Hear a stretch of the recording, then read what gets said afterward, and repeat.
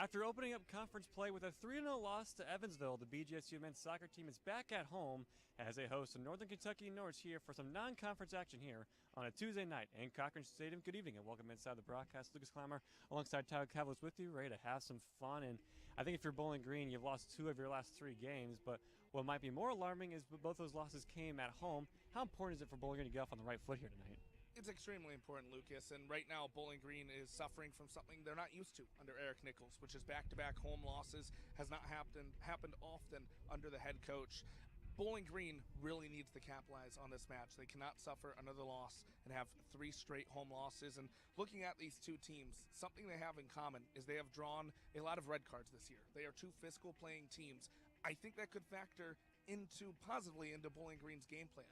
If they can factor off of that physicality, get some momentum on their side, get some energy in this crowd, come out with a win, they could result in a lot of momentum swinging their way and use that for the rest of the season. You mentioned kind of using that energy with the crowd tonight. 2 of those players that are kind of spearheading the attack, Bennett Painter and Trace Terry, the only 2 players this year that have actually scored for Bowling Green. Who's kind of that third guy you're looking to step up tonight?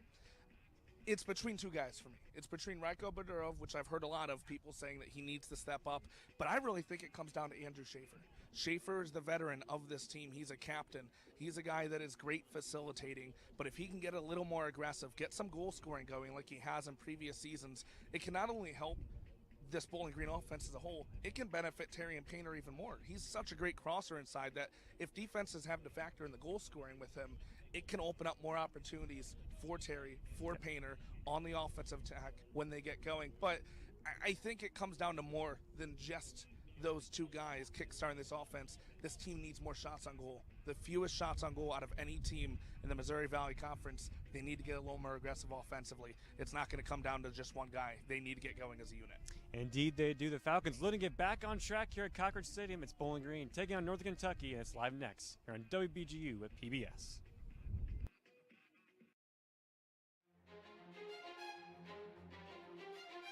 Yeah. I won't know. Yeah. I'm ready to roll. Give me the signal. You know I'm there in the mode. Steady the load. I got an issue. It's getting out of control, but let it be known. You know I'm here for more. Just setting a tone. I'm ready to go. Ready for anything now. Standing alone. I don't want no help or no favors. I got it all on my own. Outside the bodega, out of my haters. I got it written in stone. I'm talking never complain. Not standing in rain before getting the phone. Calling my people to moan. Saying that I should be clear, but here this off to the tone.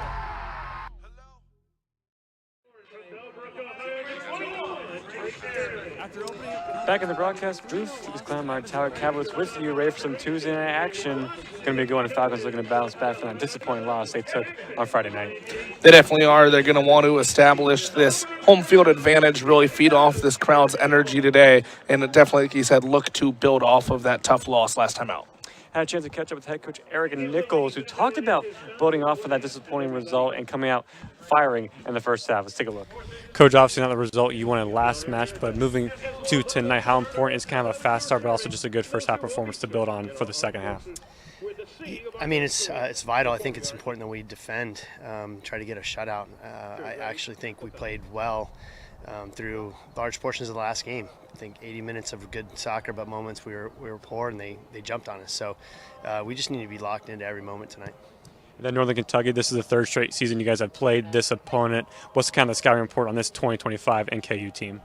I would say pretty similar. Always a tough game. You know, they don't give much away. Very good defensively. Keep it pretty simple in the attack, pretty balanced attack. It's no doubt about it, it's going to be a tight game. Coach, thank you for your time.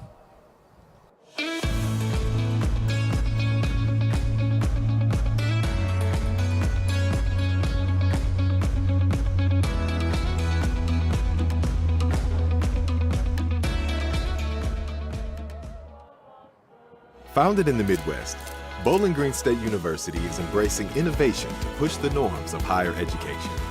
Academic programs that are in high demand, research that is relevant for our communities, partnerships that strengthen our economy.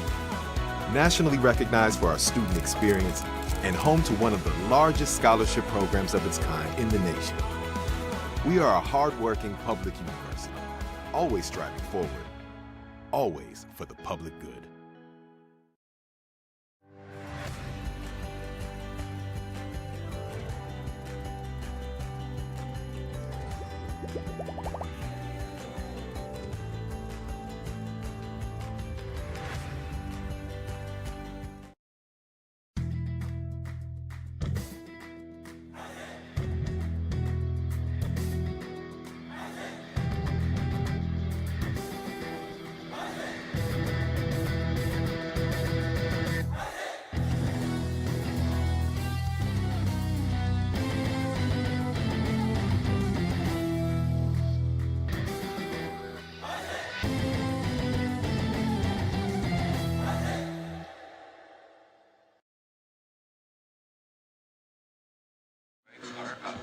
Moments away here from kickoff. Bowling Green looking to earn their 4th win of the year. Northern Kentucky, their 3rd. Lucas Klein, our Tower Catalyst, back with you. We do have starting 11s for both sides here. We'll start with the home Bowling Green Falcons. Giovanni Suarez, Kyle Tesqueta, Raiko Bodurov, Andrew Schaefer, Anthony Hernandez, Bennett Painter, Aiden Batasik, and Mads Christensen, Saul Rios, Trace Terry, and a first ever start for redshirt sophomore goalkeeper Jason Ball.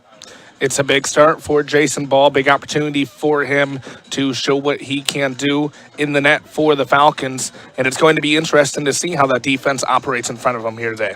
Indeed as well. Now for the visiting Northern Kentucky Norse from the Horizon League, Josh Klein and Maddox Bainfeld, Ali Talib, Carlos Merce, Silas Borgman, Oliver Eckhart, Jason Perks, Jabari Rashid, James Maxwell, and a couple of first starts for midfielder Sean Dickerson, and in goal, Landon Barth. So a couple of keepers are in their first collegiate starts.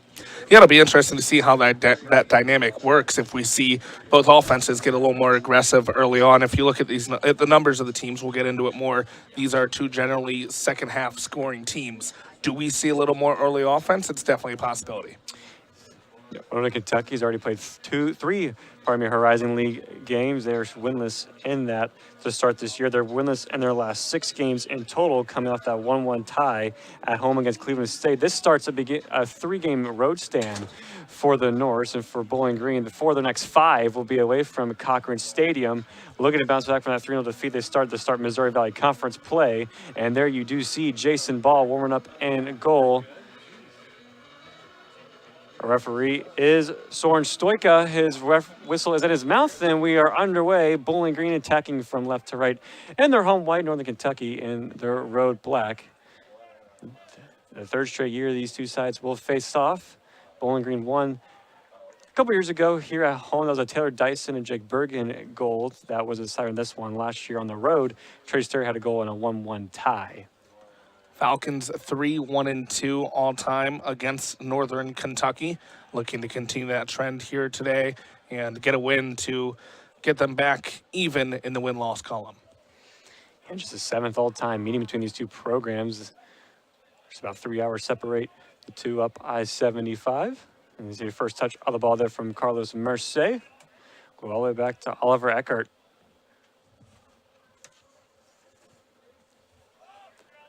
Barth up along. It's one there from Tesqueta Rios. Trying to head it down. It's just kicked up to the field from Talib and into the hands, the first touches of the game for Jason Ball. 3rd season with Bowling Green. Ball sat the first 2 when Brendan Graves was here. Didn't know who's going to be a starter heading into the year. Enzo Gio has been the starter throughout the year.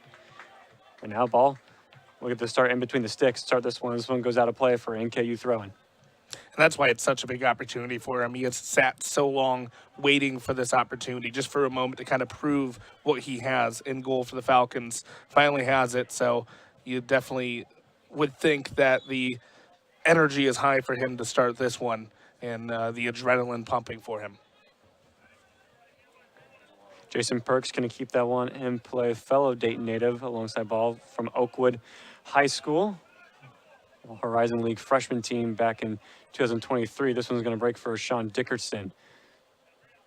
Go back to Perks. And NKU will have an early spell of possession here. Start this one. Goes right to the foot of Suarez, and now out wide to Hernandez. Looking long for Terry. That clearance is mishit, but Tasik picks it up into Bodurov, top of the 18. Going to slide this through for Terry. Flag stays down. Terry, and that one is going to be cleared the last second there from the Norse. That was Josh Klein sliding in to have a goal line saving clearance. Bowling Green so close on capitalizing that missed touch by Northern Kentucky there. They had the early offensive opportunity, just not able to capitalize on it, but they do have a corner coming up. We'll see what they're able to do here. And someone you mentioned wanting to step up in the scoring category there right on your screen, Andrew Schaefer, one of the 3 captains, will be on this set piece as he's been all game long. The referee has a little conversation with one of our ball boys this evening, and we'll resume play. So the first set piece opportunity of the night for the Falcons comes in the 3rd minute. Schaefer in the box looking for Terry, got his head onto it, but it'll be covered up there from Barth. And, you know, it's not just that Schaefer is a veteran. He's only one of only 3 guys on this team outside of Bennett Painter and Trace Terry that have scored for the Falcons. He's scored 8 goals in his career for Bowling Green. Bodurov has 3, Aiden Patasik with 1. Nobody else on this Bowling Green roster has a goal with the Falcons outside of the dynamic duo of Painter and Terry. Yeah, definitely a big note as well. A lot of new faces on this team this year as Merce comes back from his left back spot to move up the field. Sawari is a little late on that challenge on the former Purdue Fort Wayne player James Maxwell. So it'll be an early set piece opportunity here for the Norse. That could be a little bit of a trend going forward. Both these teams, as we know, pretty physical coming into this one. That's the first whistle of the match. And getting a look at that one, just a little late on that challenge from Sawaris on the Louisville, Kentucky native Maxwell. And that's just an easy call. Just way too late with it if you're going to try to be that physical. Doesn't take much acting on the other side to get that whistle blown. So you have Perks and Merce under this one. It could be the left foot or the right foot of Perks. It will be his right. Into the box, Sawari's first to meet that header. Bainfelt was trying to head it away. It's cleared away from Bennett Painter. You have to give Northern Kentucky credit early on, though. They're dominating the possession, and they're really controlling what they want to do outside of that one opportunity Bowling Green had to the right of the goal. Be thrown here near the Bowling Green bench. Here's Klein, long throw for Taleb, the leading goal scorer for the Norse. Trying to get that one off of Rios, and does. So a corner kick coming up for NKU. Big opportunity here for Northern Kentucky with the corner early on after dominating possession. They're going to have a look here at an early opportunity. Merce will make his way all the way to this corner, and we'll have a left-footed in-swinging ball. We'll see how the Falcons defend. Set pieces were a big emphasis after the match against Evansville. Ball into the box, and it's met there from Tesketo. Out to Perks. We'll recycle it. Looking for Bainfeld, and ball strong to collect. And looking to spring a counterattack quick, and a long throw out to Bennett Painter. Beautiful job of ball of getting aggressive and going up there, getting his position too in front of the attackers to be able to secure that ball for Bowling Green. You love to see that, him not being indecisive, him making that decision and making a good play and goal. High kick there from the Norse. A restart here for Bowling Green. Here's Anthony Hernandez. Long switch looking for Painter. It's over his head. Schaefer trying to track it down, and we'll go out of play. And that's a matchup to watch tonight. Schaefer, Josh Klein. Klein, Centerville, Ohio native. Very physical fullback. Played with the Dayton Dutch Lions this summer with a lot of these players. One of his teammates and also some players on Bowling Green like Jason Ball. We talked about it a little bit in the pregame, this Bowling Green team. 2 straight losses at home. It's going to be huge for them to get something going here as the Falcons trying to get something going on offense. The Tasik goes down, no foul called. Perks and NKU will come away with it. Here's Maxwell. Dropping it back to Bainfelt. Merce. We'll just knock this around the back line here for NKU. Now they'll just try to switch this one long. It's chested down here from Jason Perks. Rise the challenge of Bodurov. Has a couple of Falcons around, puts a cross in the box, and a wide open header from Taleb trying to flick one to the back post of Maxwell. It's out of play, and it will be another NKU corner kick. And no one stepped to that ball from Perks. So another set piece defending here to do here for Bowling Green. They had nothing going on that first set piece, left it a little short towards the front where the Bowling Green defenders were. We'll see if they try to go deeper into the goal or try to play a similar strategy from the other side. This will be off the right foot now of Perks, so another in-swinging ball that will go towards Jason Ball's net. This one delivered. Terry first to rise that one. It's cleared top of the 18. Dickerson couldn't connect with that one cleanly. Tesqueto out to Bodurov. Hernandez looking to go long, looking for the run of Terry. And Merced will have some defending to do. Was trying to go back, but we'll shield this one out of play for an NKU throw. But as I was saying, with the back-to-back losses for Bowling Green, they did have back-to-back home losses in 2023, but that included a Missouri Valley Conference quarterfinal postseason match. The last time they lost 2 straight at home in the regular season, Lucas, you have to go back to 2015 when they lost to Michigan State and Northern Illinois, and they're trying to avoid doing something that has not happened under Eric Nichols. They have not lost 3 straight home matches under head coach Eric Nichols. The last time it happened for Bowling Green here at Cochrane Stadium, 2006, when they lost to Wright State, Michigan State, and Evansville back-to-back-to-back. Something was very uncommon, not only just in the Eric Nichols era, but in the program era as well, but also being shut out in back-to-back home matches. Haven't scored since Michigan State. Early in the first half, it's been a long time since the team has scored at home. They do sit last in the Missouri Valley in total goals early this season. Perks trying to turn on the burners and get around Suarez. Try to put this cross in. Tesqueto first to meet it. And Batasic will recycle to Suarez. And that's just been the main problem of this team. They don't have much of an offensive threat past Painter and Terry right now. You have the fewest shots on goal per game in the MVC, the second fewest total shots per game in the conference. They just need to find someone to get some creativity, get something going so defenses have someone else to focus on other than the top 2 up front. Eckert won that one over Terry. Long ball switched over the top for Maxwell. Maxwell 1-on-1 here with Tesqueto. Switches to his right, and Tesqueto with really good one-on-one defending. And we'll get this one out to Batasic. Got a little physical with that one, but nothing blown. Could be a sign of that there could be some leniency here tonight. Either way, good job to maybe disguise it enough to be able to make a nice play while using some physicality. Schaefer ran out of room there on that far side. It'll be another throw-in for the Norse. Klein looks long. Taleb rides a chance to go. Taleb trying to cross it to Perks. Perks takes another touch inside the box, and the shot there goes over the bar. Hernandez and Christensen there were crashing, trying to get in front of Perks, but he still got the shot off. We're going to say it took a deflection off a Falcon player, so it'll be a corner kick coming up. And Hernandez and Christensen did such a good job here because you see him have to reset not once but twice. He didn't have as clean of a shot as it looked like he was going to have, forced him to go high with it as he tried to get it off. So if they don't get there, that's probably a very easy look for him to choose wherever he wants to go in that goal. So tremendous job by those two to help out their goalkeeper in his first start in the net. Perks in our corner, that's right off of Bodurov, so they'll do it again. But it will, I believe, be a throw-in this time and not a corner.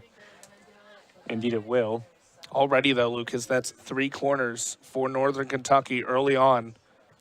They've had some good looks, and they've been maintaining that possession for most of the contest so far. Long throw in here from Klein into the box. Suarez first to meet it. All the way back out to Klein. Perks. Klein again working on Terry. This is quite the matchup down low, and running out of room. It'll be a goal kick coming up for Jason Ball. Beautiful job of Terry of just staying in front of him. Again, we're seeing some physicality on these plays, but not enough to draw any penalty call. He did a great job of just staying in front of him, and like you said, running him to that goal line, that baseline, running him out of room. He had nowhere to go and just had to go out the back.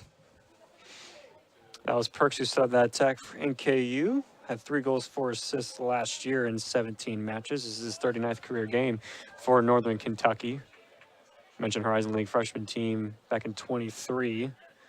Was also the 22 Southwestern Buckeye League Player of the Year back at Oakwood High School. This one looking to break for Painter. It's just a bit too far, and Klein will deal with it away. Here's Bo Durov. Did love what Bodurov was trying to do there, trying to push the pace for Bowling Green and get near the goal to get something going on offense. They just have not had many looks, only that one look near the goal. Outside of that, it's been possession dominated by Northern Kentucky. Rashid clears that one away. Still be a throw in for Bowling Green, so they're back on the offensive foot. There is Schaefer there. We'll get this one to Christensen. Bodurov out to Schaefer. Taleb going to provide some press here as Bowling Green's going to cycle this one back, all the way back. They push their high line all the way up to midfield. Hernandez inside the foot pass, looking for Terry. Ambitious, but just couldn't pull it off. Northern Kentucky pressing them there, making them make a decision of what they were going to do on offense, and Bowling Green just didn't have anything set up to make an attack. Tremendous job of forcing the Falcons' hand there.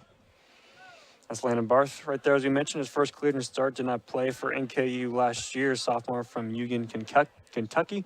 Played at Ryle High School. Taleb, this was going to break from inside the box, and Christensen last pitch defending, but Jason Ball has to make a save on a last-ditch shot there from Taleb. A sliding challenge there from NKU in the box. That was Mercer trying to keep the play alive. It'll be a foul in favor of Bowling Green. And we're seeing here again the second play now that Christensen has had an impact, potentially a goal-saving impact for the Falcons, and altering these opportunities for Northern Kentucky. Tremendous job by him early on in this match. So the first call of action made there really from Jason Ball coming out of his box, making himself big to make the save. So we're over 15 minutes into this match, and that's his first time he's been called upon. And that's got to be a big confidence booster for him, just to get one down and be able to take a breath. You know, first look, was able to defend it. Now you can keep going and build confidence in yourself. Because that's always going to be the most anxious part, is that first time you get shot at and are forced to make a save once it gets past your defensive line, and he did an excellent job there. Rios, Terry trying to keep this one in play, and he cannot. A little bit of a tactical change here from Nichols. Rios has gone from left center back to the middle, and Tasqueto has gone out wide left. So a nice little wrinkle there.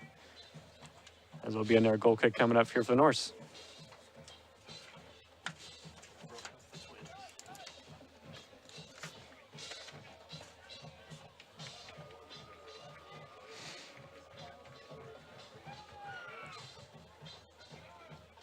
This one skied into the night sky here in Cochrane.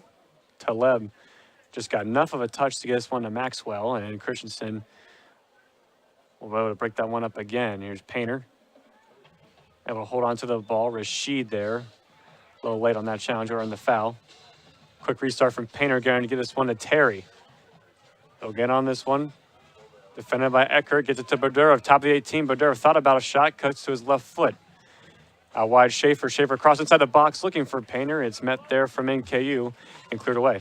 And that's an opportunity where I know Schaefer's looking to cross it, and I know he's looking to create something. I would like to see him just be a little more aggressive on the offensive attack there and make Northern Kentucky think a little bit. He took time to set something up, and they knew he was going to pass it in. They converged there and was able to knock it away.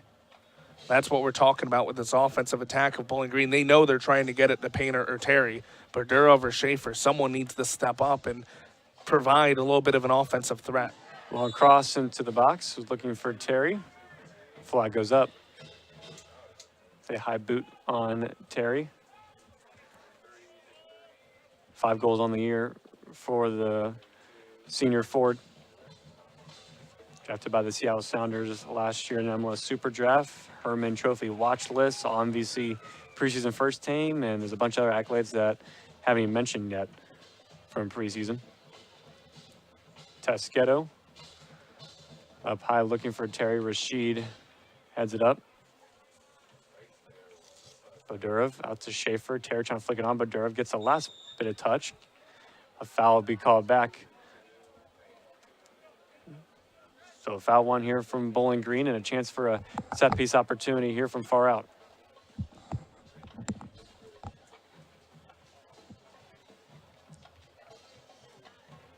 And you can feel the tide shifting over the past couple of minutes. We talked about the possession for the Norses early on, but it's been the Falcons as of late on the front foot. And this is a big opportunity, like you said, set piece here. See if they can get a good look on goal off of a touch. It will be Schaefer into the box looking for Terry, and that one was headed but covered up there from Barth. Makes one of his first saves of the match. Long throw out to Perks on the left wing. Perks inside a pass looking for Maxwell, and he timed his run just a little bit too soon offsides.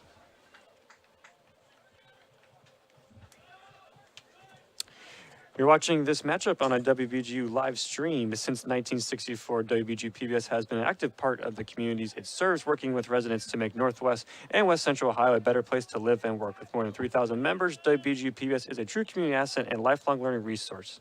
WBGU PBS local programs and documentaries are designed to broaden knowledge and meet the specific needs of viewers, whether that be education, entertainment, or a combination of both.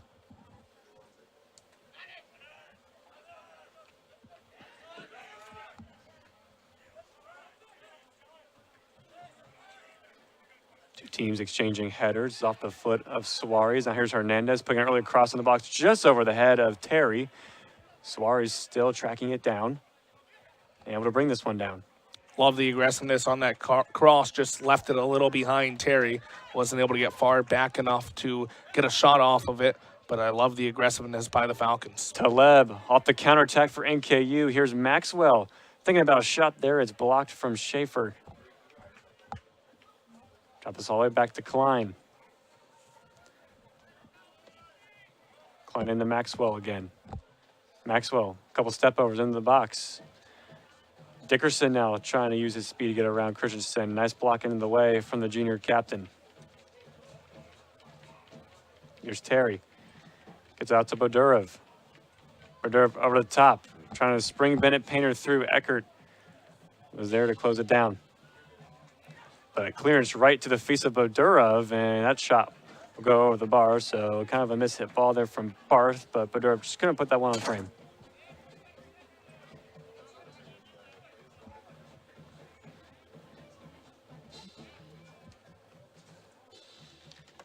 So looking for that first real shot on goal for this game for Bowling Green. Bainfeld is going to take this goal kick.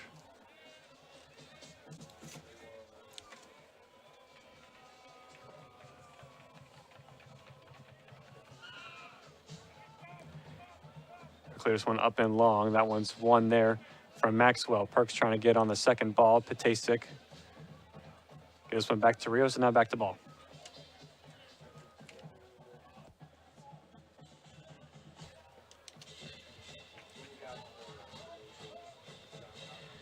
Midfield battle now for both these teams, trying to sustain possession here to the middle part of this first half.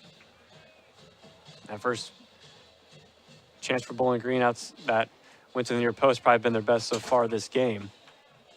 Just back and forth action the past few minutes. Neither team really able to solidify anything. It's been a battle, like you said, in the midfield. Both teams trying to maintain possession, but ultimately just trading it as we have a whistle. That's a late challenge there from Rashid, and that's his third foul. He'll be his first caution of the match. So one of the two center backs now for Northern Kentucky will be on a yellow card. And Trace Terry does a really good job drawing the foul. The Bowling Green won the play quick, so they'll have to go back and retake it again. A sophomore defender from Elizabeth, Kentucky, Rashid. 6 games this season, and the first yellow card of the match, much to the dismay of head coach Tom Patras. He'll argue his case, most likely not going to win it, but he will make that argument.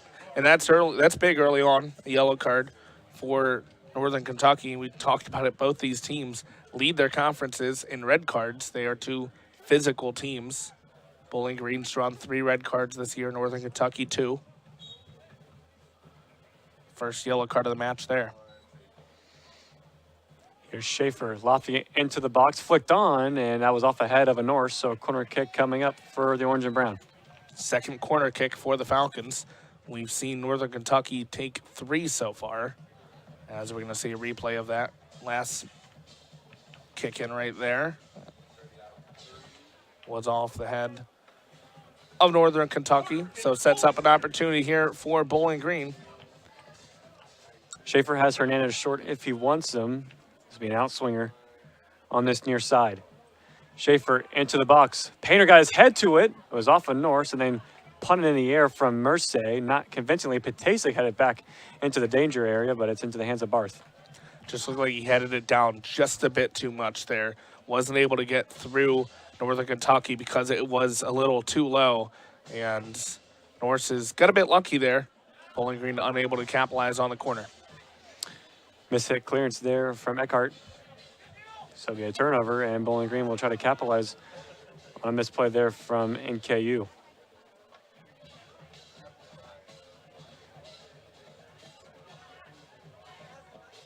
Tescato gets it out wide left to Schaefer. This is his sweet spot. Lays it off for Badurov, gets it back to Schaefer. Schaefer left-footed cross there off the back heel of Klein. And he'll let it go out for a throw-in, and Bowling Green will let Rios make his way up here. So a long throw-in coming up for Bowling Green. And we saw Gus Peacock have this responsibility before he went down hurt against Michigan. Peacock is back healthy and available for selection tonight. Rios has managed those duties since his absence. So it will be the junior and former Columbus Crew Academy man. Rios inside the box. Terry looking for the header flicked on off the chest of Tescato. Goal kick. Bowling Green just hasn't had much success with those corners or throw-ins yet. Their biggest opportunities have been in transition so far throughout this match.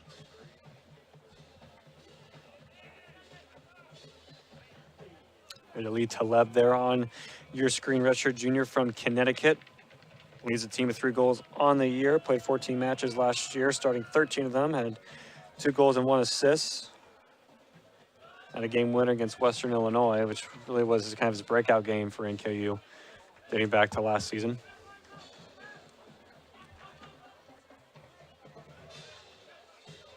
You throw in here. Northern Kentucky, Hernandez wins the header. Painter. There's Bodurov. Combination of play here. Hernandez and Bodurov trying to flick it on to Painter. Cleared away.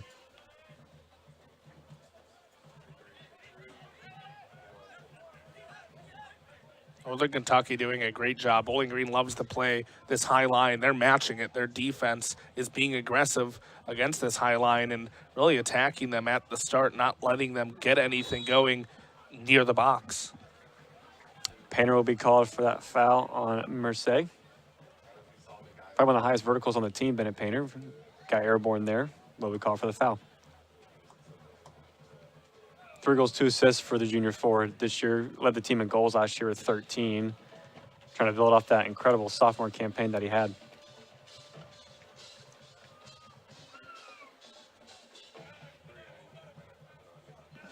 Bainfeld trying to flick it on. Rios wins that header. Hernandez looking for the home run ball for Terry. Intercepted there from Eckhart. Back to Barth. A little bit of high press being provided here now for Bowling Green. NKU trying to build out of it. Out to Rios, and can't control that one. See a couple of changes ready to come in soon for Bowling Green. Be the first changes of this game. That's my eyes don't deceive me. That I believe is Gus Peacock and Calais Ramos. Would be the first time that we've seen Gus Peacock, who was the starter before his injury. Here's Perks, a couple of little step-overs on Patasic. Trying to lay it off for Merce. Left foot across into the box. Ball came out to meet it. Miscommunication, and a shot that rolls around the ground inside the box, but it's covered up there from Ball. It'll be interesting when Peacock comes in to see how much, as we're seeing a replay here. Ball doing a nice job at the end of the play, securing it. But it will be interesting to see with Peacock how long they decide to keep him into this match for. knowing that he is probably not 100% ready to go, and they're going to want him to ease him in just a bit. Hard foul there on Christensen, and good thing you mentioned that, Tyler. Did not play against Evansville, but he did make his return against DePaul. So Peacock will come in, and Ramos, who has started last handful of matches, will come in. Patasic will exit, and so will Tesqueto for Bowling Green. So looks like Suarez will go off to the left center back spot. Rios will hold the middle, and Gus Peacock will return to his natural spot, which is that right center back spot. Was the only defender that played all 20 matches and was the returner from last year after this team lost Kusamato and Erland Sin. Bit of a heartbeat player for this team, bit of a culture player for the Falcons. You know, they're just going to be a better team when he's out there on the pitch. Because, you know, all these players can provide their leadership off the field, but it's a little different when they're on the field. They're able to command, able to communicate with the fellow teammates. It's definitely going to be to the benefit of Bowling Green. Throwing coming up here for Schaefer. Suarez. Here's Peacock's first touch on the ball.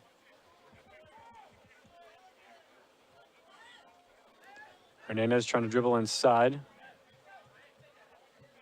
Back out to Suarez, who can play pretty much all three positions along that back line. Painter flicks it on Bodurov. Bodurov gets it into Terry. Terry flicks it on, looking for Hernandez. Just couldn't get it to him. It's still alive here for Bowling Green. Klein able to get by Schaefer and then clears it away.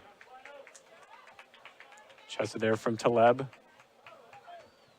Bodurov has done a very good job of trying to get something going near the box for Bowling Green, being nifty with the dribbling and getting it past the Northern Kentucky defenders whenever he's had a chance with the ball. Ramos was late challenge there from Dickerson trying to get the ball. And Schaefer will lose possession there. That's Klein taking it up. Klein lofting this one over the top, looking for Taleb. Rios headed back, give back to Ball. Here's Ball under some pressure from Taleb. Clear right to Bainfeld. Here's Dickerson, Lakota East Thunderhawk in his first collegiate season. It was all GMC first team past couple of years as Dickerson's had 29 varsity appearances, scoring 26 goals and 27 assists. Eric, this is Mike. Can you hear me? Be a first couple of changes coming up soon here for the Norse.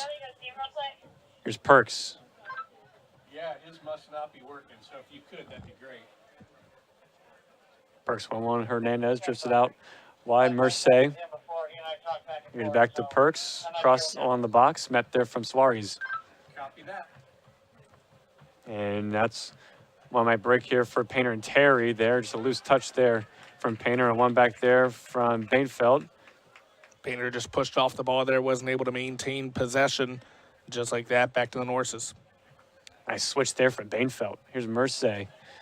Just not the right pass to get through of Gus Peacock.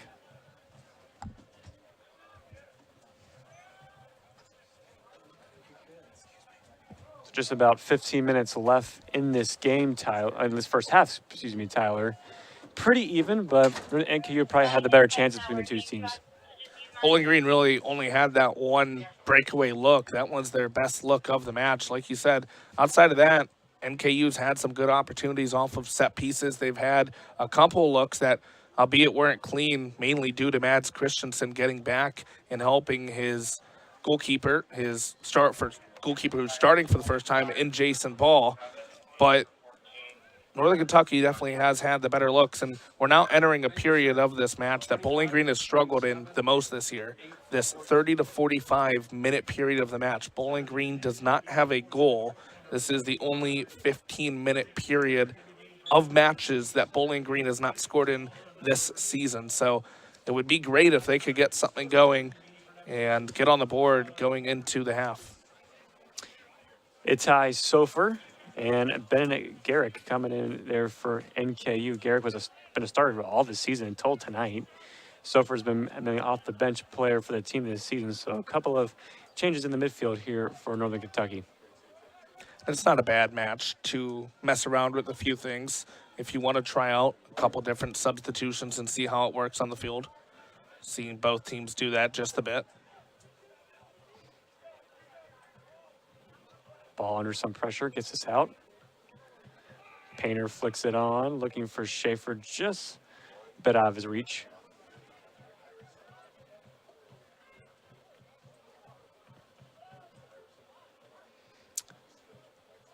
And if you're anyone from the Cincinnati area or anything to do with Cincinnati United Premier, the club team, there's 6 players on the field that played for the team for both Bowling Green and NKU during their youth days. So a lot of players come out of that club and a lot of players in the match, like Benedict Garrick. Here's Merced Dickerson. Passes a short Ramos. Good step in. Bodurov gets it out to Painter. Painter gets it back to Bodurov. Out to Terry. Got 3 black shorts sitting around him. Out to Hernandez. Thought about a cross. Gets it out to Terry, top of the 18. Turns on his left foot. Ramos. And the clock will stop. And this is going to be a foul and word for Bowling Green. And a yellow card's been issued to Josh Klein there. A little bit off the ball. Limited too handsy there on Bennett Painter. We'll see if we have another look, but Josh Klein is a very physical fullback. Has been cautioned, had a red card once this season.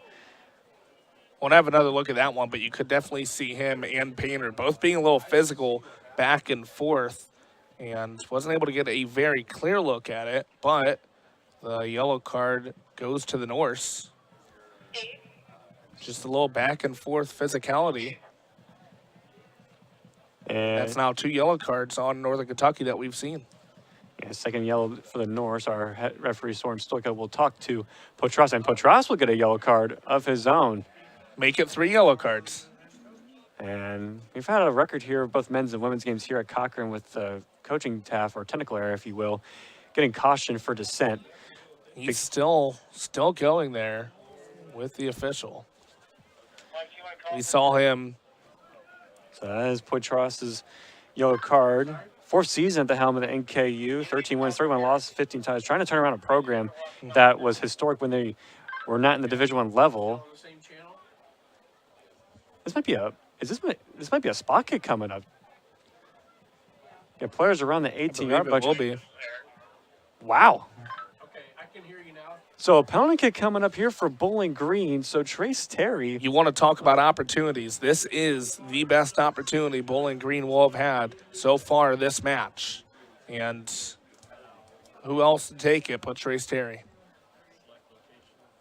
Interesting sequence, to say the least. We'll take a look at it again. So Josh Klein commits the penalty, gets a yellow card, and gives it to the fellow Dayton native Trace Terry, who has a chance to get his 6th goal of the season, and to break the deadlock here to put Bowling Green on the board here first. And we got another card coming out here. And another yellow card to the Norse. We'll get a confirmation to see who that is. That's the 4th card this game. And it might have been a Bennett Garrick, but what a sequence we have here. All right, here we go. Trace Terry to break the deadlock, steps up, and he scores! 6th goal of the year for Trace Terry. Bowling Green leads 1-0. Who else to give the Falcons the lead but Trace Terry, the leading goal scorer for the team, his now 24th career goal in the orange and brown.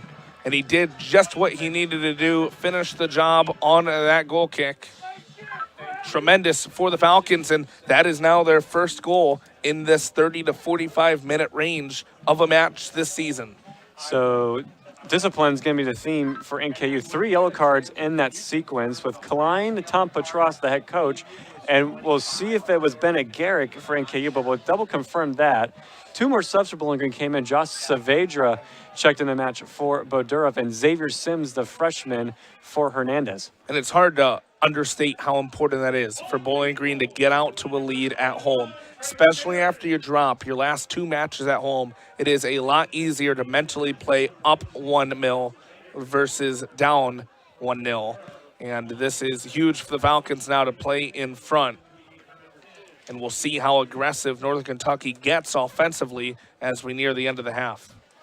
I'll tell you what, I've called a lot of games here at Cochrane Stadium in the past 4 years. That's first I've seen of that type of sequence where it resulted into a spot kick. Ramos. It just kind of built up gradually. It started as something small, just seems a normal yellow card. Then you get the coach get a yellow card.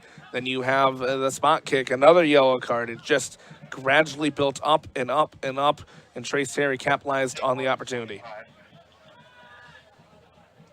Thank you, sir. So Bowling Green will play with a lead. Terry flicks it up. Sims gets it to Painter. Painter maneuvers inside the box. Ramos gets it to Terry inside the 18, trying to create some separation. Trying to convert a shot, but 3 Norse just surrounded Terry, not letting him to breathe. That's going to be a foul on Peacock. Peacock just got a little aggressive coming up from the high line, trying to keep the possession for Bowling Green.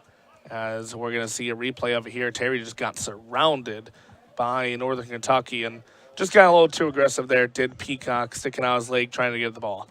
And Peacock seems to be a little bit shaky after that challenge. Was limping a little bit from away from the ball. Seems to be okay. And that's where we're kind of talking about it. You would have the sense to think that he's probably not 100%. And there's a reason he's not starting these matches yet and playing the full 90 minutes. Long switch to Klein, who is on a yellow for the rest of this match. Rios will just dump this one up in the air. And a two-handed shove there in the back from Schaefer will be called for the foul. Take another look at this one.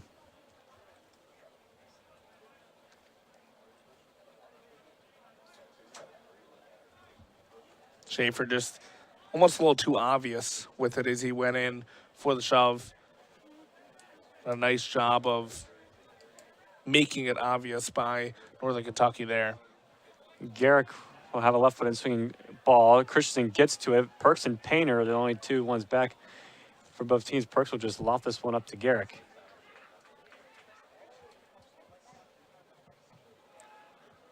Low ball driven, and this one goes right to the hands of Ball.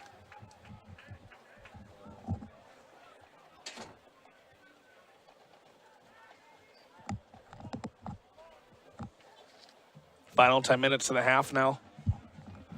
Bowling Green still maintaining the 1-0 lead after the goal by Trace Terry, following a couple yellow cards against Northern Kentucky. Would be huge for the Falcons to go into the half with the lead. Here's Sims, normally a center back, but he's providing some pressure here on this right mid spot.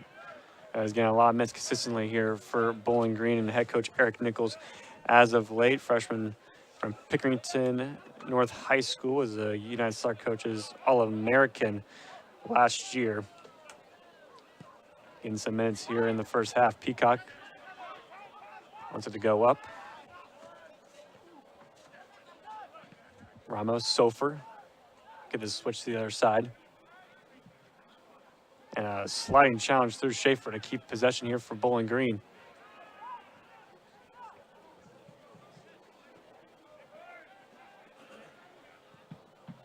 Bainfeld trying to turn out of a jam. It's flicked on here from Garrick, and now Northern Kentucky can break here.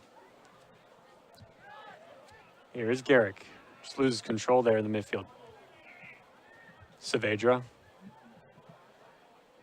His first couple of touches on the ball out to Ramos.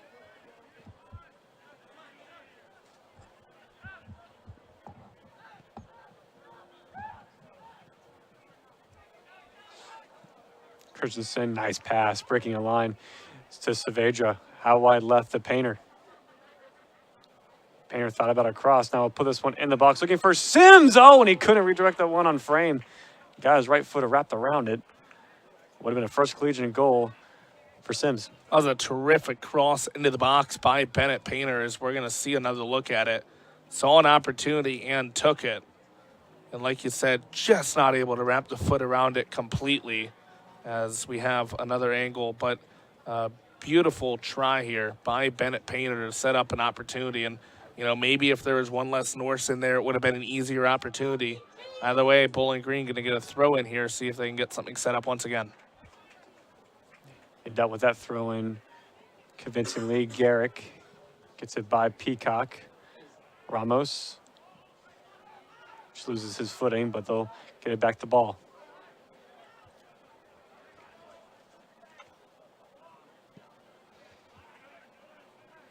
Ball over the top. Ball bounces. Terry just trying to flick it on to Schaefer, and he does. They won it off the hand of Klein, not given. Schaefer now one-on-one with Klein on a yellow. Out to Painter, top of the box. Just left his foot. And Ramos will just grab Perks and foul. As we see the replay, Schaefer trying to get it to Painter. Kind of just goes under his foot there as he was going to try for a touch and leads to the foul. Scenic Stops and Stories is WBGU's local destination travel show. Join WBGU PBS as it showcases the narratives of the known and unknown regions of Ohio and parts of Michigan, as well as highlighting the area's top talent, landmarks, and places of commerce, including anything from artisans, entrepreneurs, historians, to museums, theaters, and local attractions.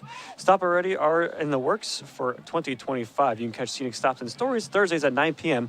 on WBGU PBS or WBGU.org/Scenic Stops. We are just 6 minutes left here in the first half. Trace Terry penalty kick on what was a strange events. They're leading into that one, but a foul on Klein led to a spot kick for Terry, and it's his 6th goal of the year is the difference. And that one's just dispossessed from Bainfield, read well there from Christensen. Terry trying to switch it to Painter, and it's off the head of the Cincinnati forward. And how about that? Trace Terry back-to-back years scoring against Northern Kentucky. He was the goal scorer in the 1-1 tie last year. 3rd year in a row these teams are facing against each other for the first time ever that they've played three seasons in a row.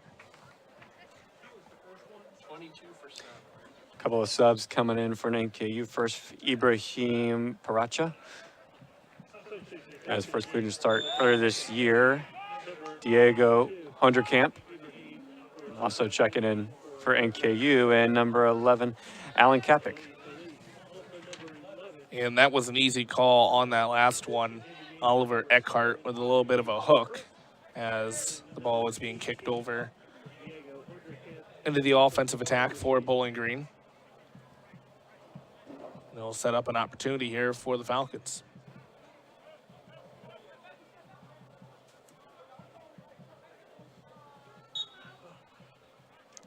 Schaefer and Christensen to his right, just a one-man wall, and Alan Kapik there. Schaefer cross into the box, looking for Painter, got his header onto it, but just put it over the bar.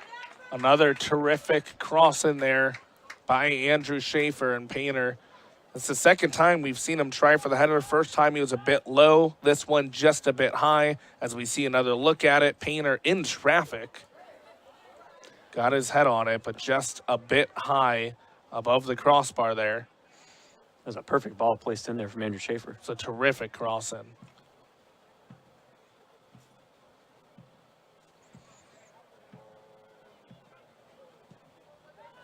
Now under 4 minutes left to play in the half. Hunderkamp providing some press. Bainfeld has it down.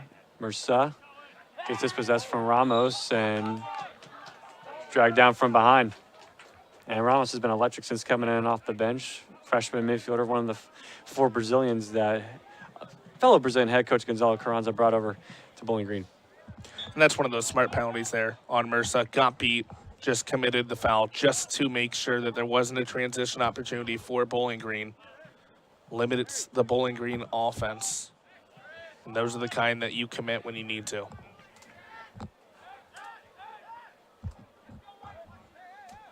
You have Rios and Peacock over this one.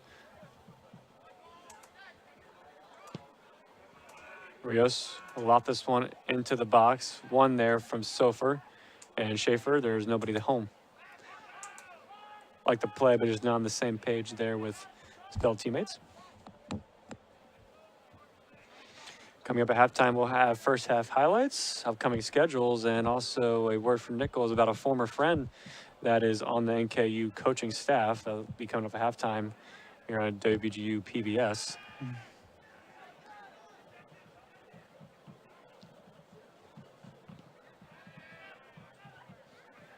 Schaefer lofting this one up. Rashid has this one right into the direction of Terry. Approaching 2 minutes left in the half. You'd love to see Bowling Green set something up for 1 or 2 final opportunities in this half to try to double their lead. Nice ball from Rios, able to find Terry. Stays on side, lofts this one into the box. Mersa will head it back to his keeper. You have the feeling he was looking for Painter there, just a bit over from where Painter wasn't able to get over to it.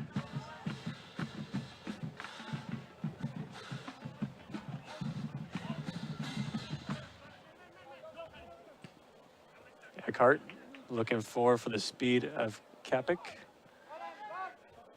Goes out of play.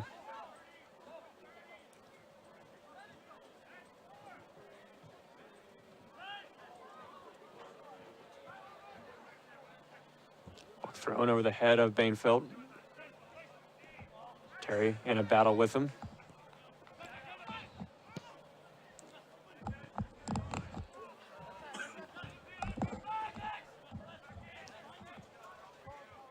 Thrown here for the Norse. About a minute play here before halftime, and so far been a pretty even half, but Bowling Green really grew into that half as kind of the middle part of it kind of went on. Northern Kentucky definitely dominated possession early on, limited Bowling Green's offensive opportunities. They had a look with Painter or with Terry in transition, wasn't able to capitalize on it. But you saw the offense build up as the half continued to go on. Bowling Green started to maintain possession and ultimately got the kick from Terry that has been the difference so far. Painter Ramos, still a chance for Bowling Green to get a second. Saavedra gets this one out to Sims. Sims crossed along the box. It's dealt with first there from Eckhart and then cleared away. 15 seconds now left. Maybe chance for one more long shot here for Bowling Green if they get something going quick. And that one won't do it. So a penalty kick from Trace Terry in the middle part of that first half is the difference. The Falcons up 1-0 over the Northern Kentucky Norse. Still a second half of action to be played. We'll take a quick break here, but we'll come back with halftime highlights and more. Don't go anywhere listening to BGSU Men's Soccer here on WBGU with PBS.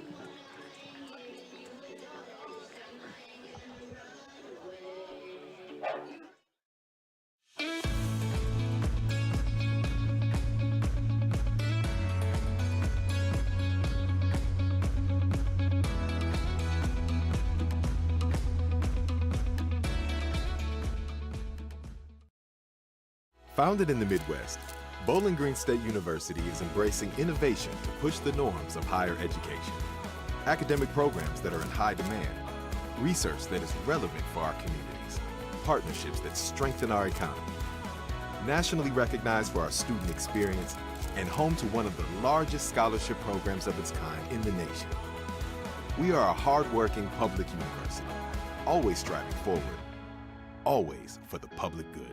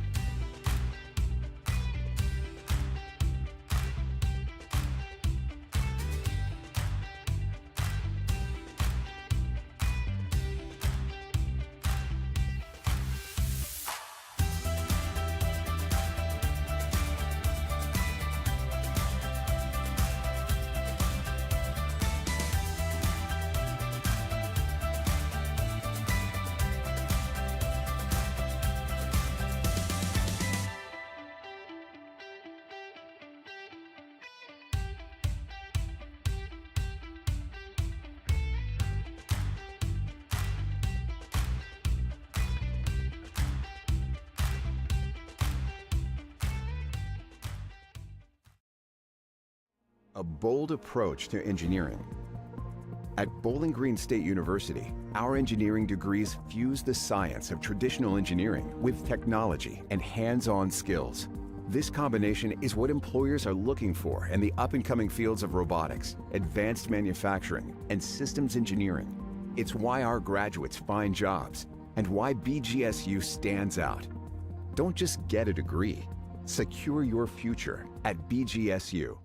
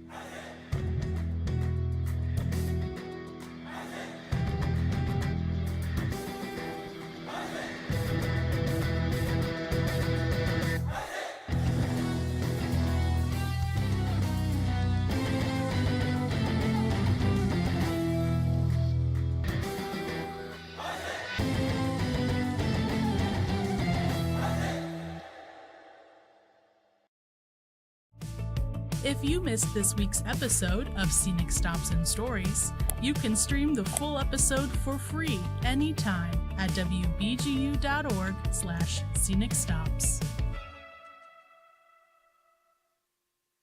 At Bowling Green State University, we are a public university for the public good. A nationally ranked research university, we create public good through our graduates who lead and our collective pursuit of impact in Ohio and beyond. Founded in the Midwest, we never shy away from hard work. We embrace our responsibility to do good. We are proud to have state in our name. It's who we are, always striving forward. Always a public university, always for the public good. Founded in the Midwest, Bowling Green State University is embracing innovation to push the norms of higher education. Academic programs that are in high demand, research that is relevant for our communities, partnerships that strengthen our economy. Nationally recognized for our student experience and home to one of the largest scholarship programs of its kind in the nation. We are a hard-working public university, always striving forward, always for the public good.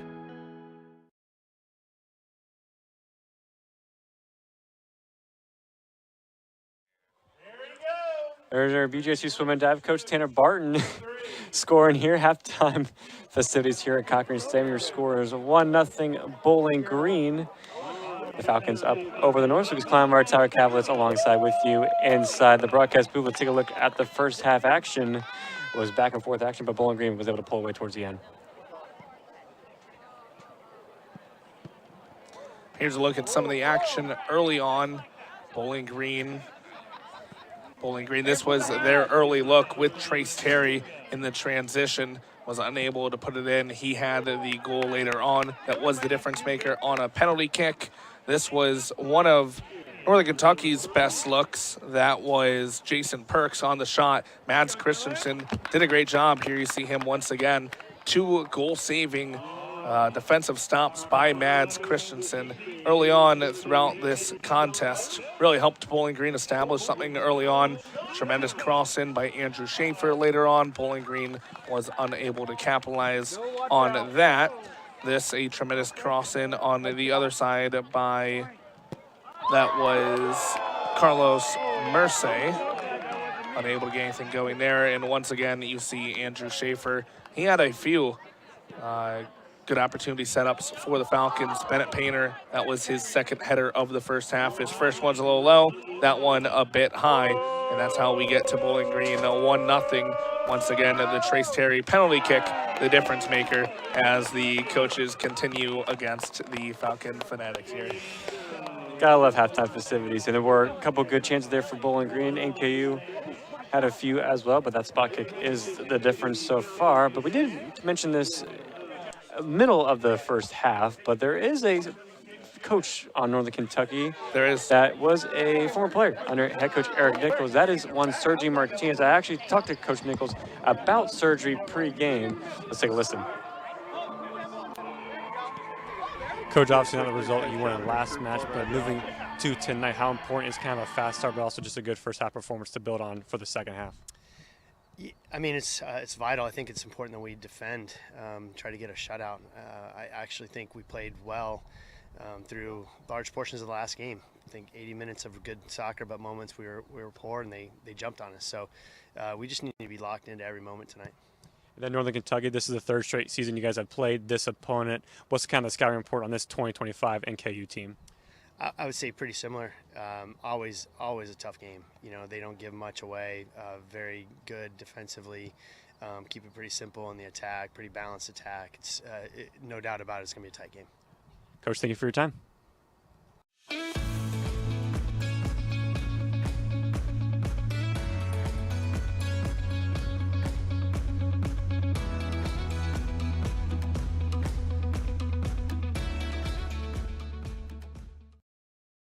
Founded in the Midwest, Bowling Green State University is embracing innovation to push the norms of higher education.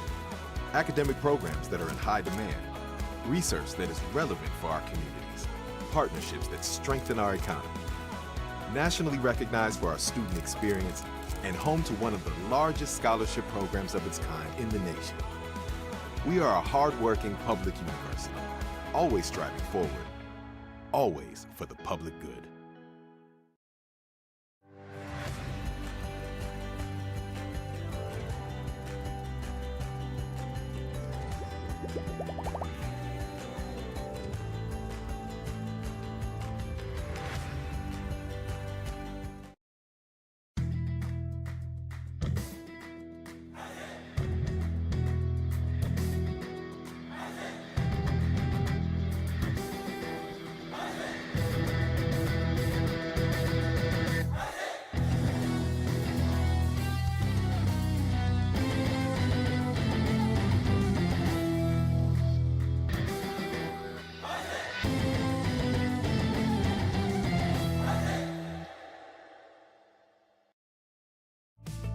If you missed this week's episode of Scenic Stops and Stories, you can stream the full episode for free anytime at wbgu.org/Scenic Stops.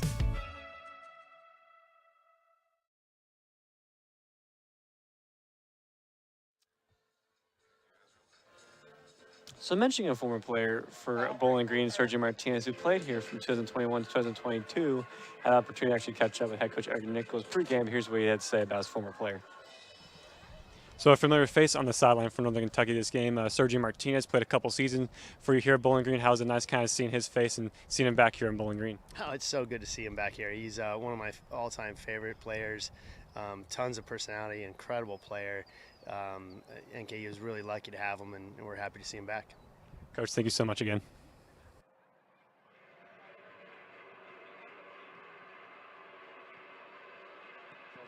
One of his all-time favorite players for Bowling Green has been Sergio Martinez. For Eric Nichols was so special, a big creative attacking midfielder player.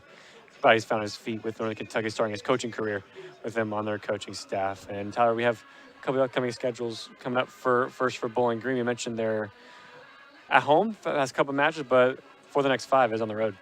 Yeah, you go against Belmont and then against Cleveland State. You do get back home against Bradley here at Cochrane on October 10th.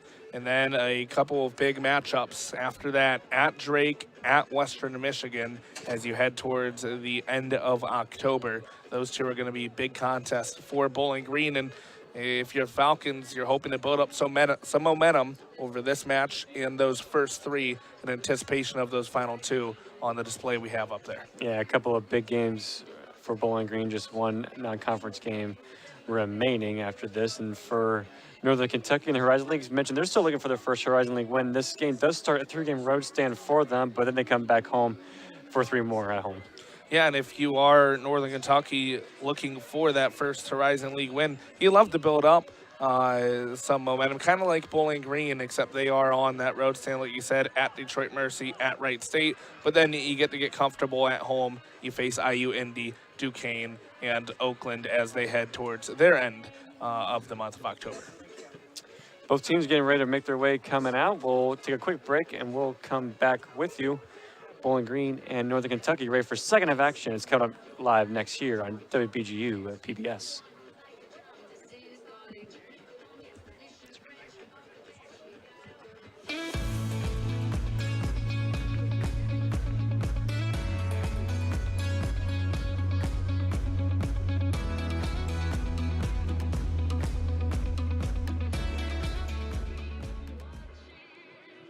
Founded in the Midwest, Bowling Green State University is embracing innovation to push the norms of higher education.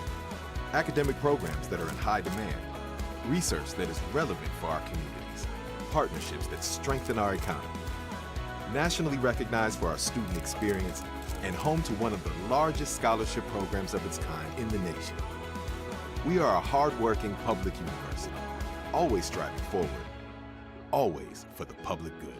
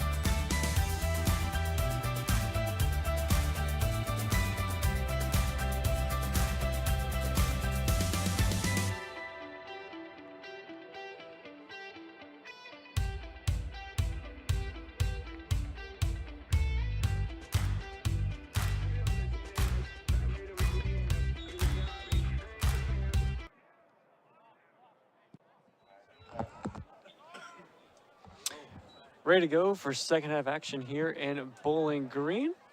1-0 your score. Lucas Kleinmeyer, Tyler Kavlitz from the Falcon Media Sports Network alongside with you. Terry PK is the difference. Both these teams start half number 2 as they ended half number 1. And it looks like we have some clock mismanagement here. Fun way to start the second half of action. Keep everyone on their toes. There's Suarez. And Garrick. Wide left to Hernandez. So no Andrew Schaefer, I believe, to begin half number 2 for Bowling Green. Terry pressuring Rasheed, and Terry will be called for the foul. Now, we do mention there, Tyler, obviously that penalty kick was probably one of the weirdest scenarios, at least I've seen since I've been calling soccer games.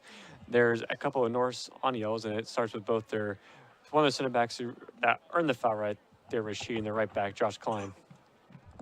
They're going to have to be a little careful playing in the second half. Can't be overly physical playing with that yellow card. So we'll see how that factors into the rest of the match. Onderkamp flicked it on ball, trying to come out to collect. Peacock elected to play safe. There was a bursting Pacheca trying to chase down for that ball. And this now will be a throw-in for Northern Kentucky right by that corner flag. Long throw in here for Klein into the box, flicked on in the 18. Foul's going to be called on NKU as Garrick will finish the playoff no matter what.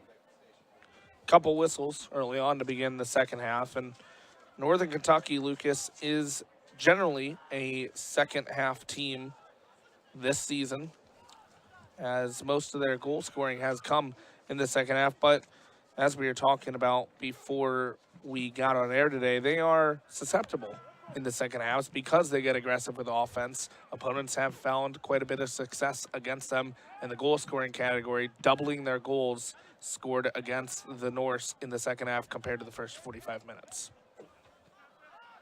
Christensen all the way out back, and it's a good note there, Tyler. This is the team that has come from behind a lot of draws. Peacock there gets dispossessed. Ball comes out to meet it, comes sliding challenge. They said he got the ball. There's an open goal for Bowling Green. Sean Dickerson is intercepted there from Saul Rios and then cleared away, but Bowling Green able to avoid disaster. Nail-biting moment right there if you're the Falcons.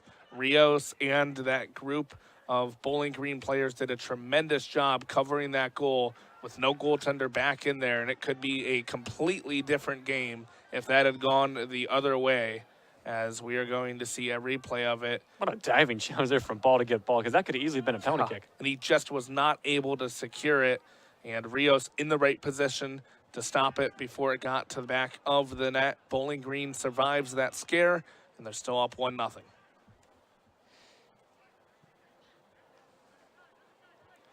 Any more power or elevation on that shot from Dickerson could have easily been 1-1. Definitely. But Bowling Green will survive here, so it still remains 1-0. So, and that's where Bowling Green has been a little better than NKU so far in capitalizing on opportunities. They capitalized on one with Trace Terry, and KU has not capitalized on any of theirs so far. Another great look for them, and they have not been short of great looks. They've had their opportunities against the Falcons, just have not been able to find the back of the net. A ball there from Hernandez trying to slide Sims through there. Merce will clear it away, and it'll be a Bowling Green corner kick, their first of the second half coming up. I want to say they had 3 or 4, I think it was 3 corner kicks in the first 20-25 minutes of that first half.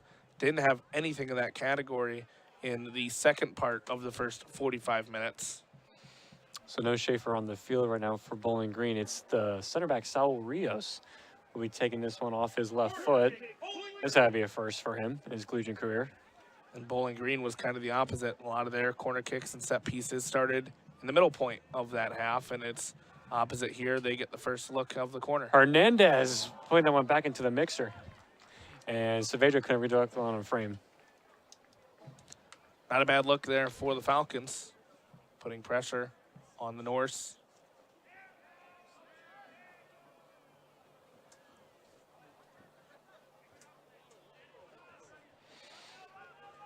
This will be Landon Barth Pressure there from Painter.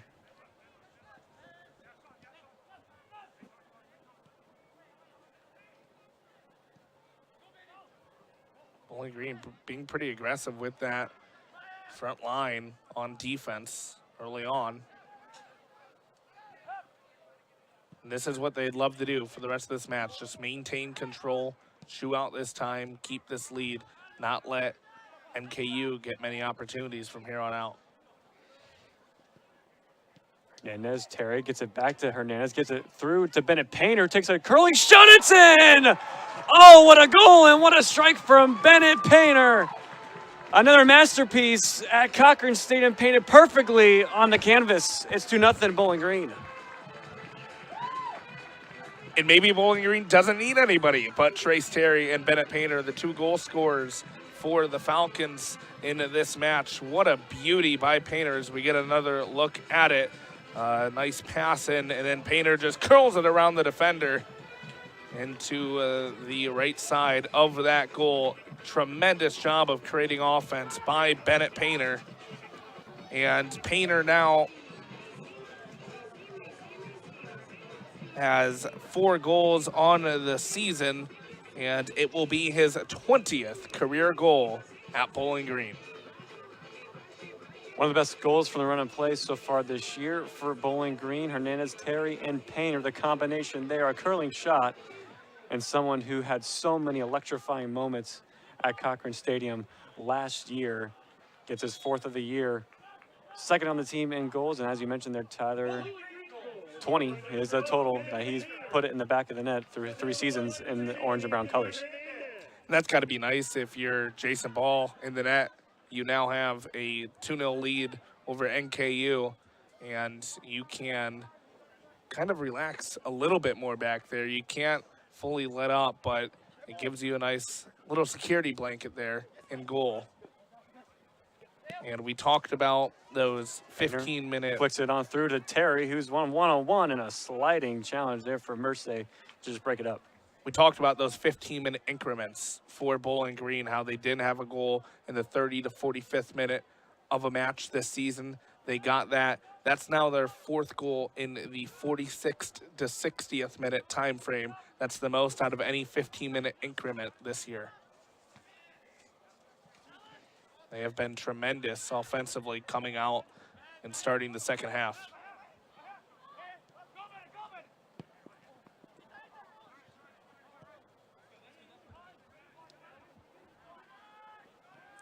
So quite the start to the second half you want if you're Eric Nichols and the Falcons, and your 2 main goal scorers up top, your 2 players that were all MVC preseason team selections to start the year, finding the box score.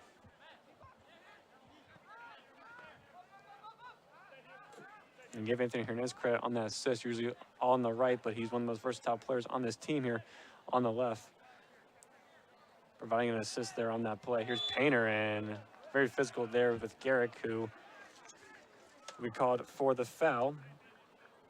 Trying to just push Painter off the ball, but got too aggressive on it. Painter did a nice job of trying to stay on it, making Garrick go back at him a few times to draw that.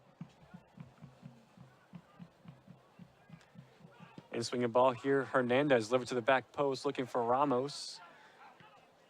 This one back into the box. Rios looking for Sims. NKU rises and deals with that one. Hoender Camp lost this one away. Looking to break on the counterattack. It's intercepted there from Rios. Here's Peacock. Late challenge there on Hoender Camp. Advantage played.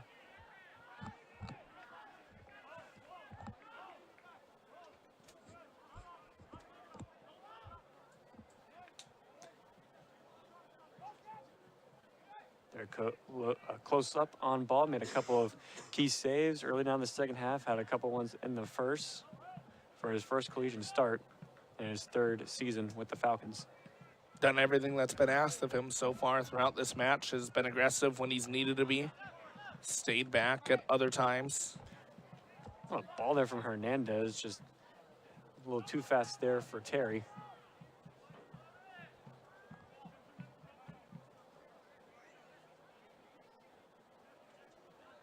other side, Landon Barth, his first collegiate game, has now given up 2 in a span of 1 in each half so far.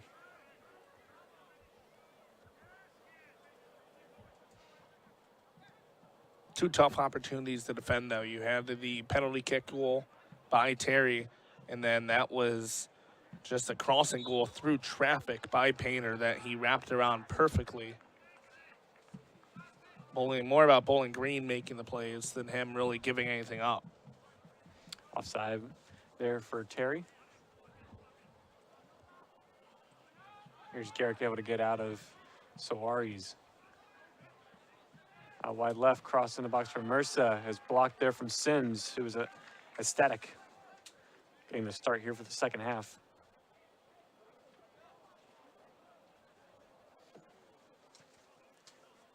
Garrick back to Mersa. Garrick again inside the box. Ball comes to meet it and confidently comes and collects. Nice job by Ball there. Like you said, being confident, being decisive, moving up and making the play. And now just going to run a little time off before deciding what he wants to do.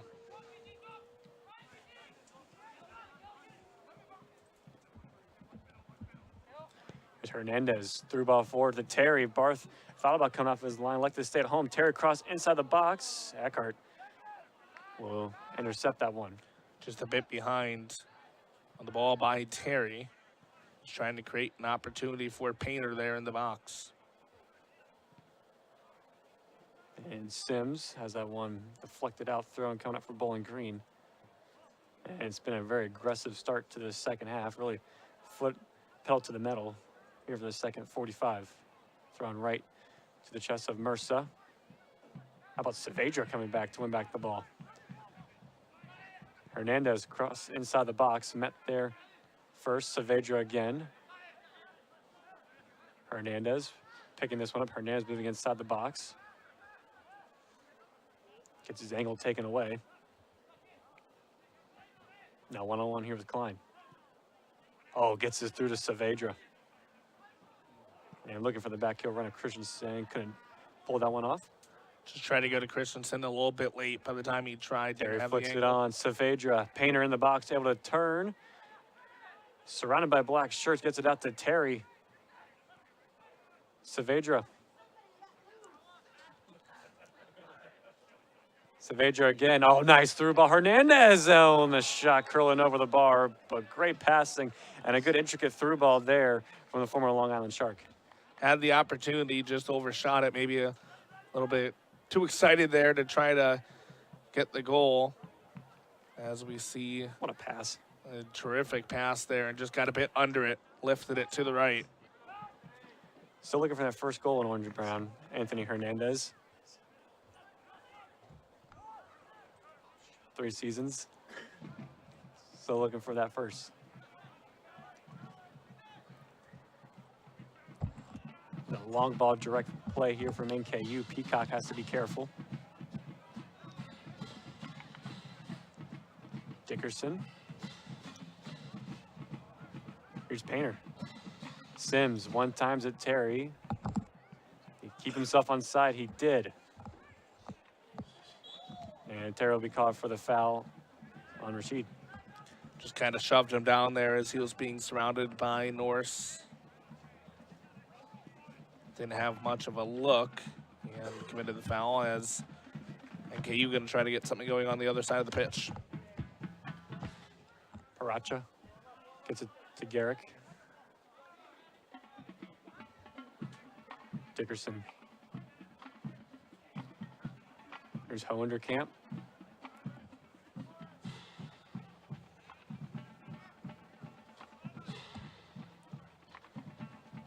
Sofer.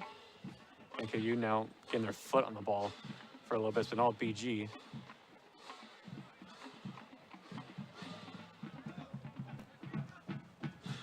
She down right side. Glein's got himself forward a little bit. That cross off of Hernandez and a corner kick coming up for the Norse. One of the first passes of plays we've seen really sustained from NKU that wasn't direct. Their first corner kick of the second half. And it's going to be their, I believe, 4th corner kick overall.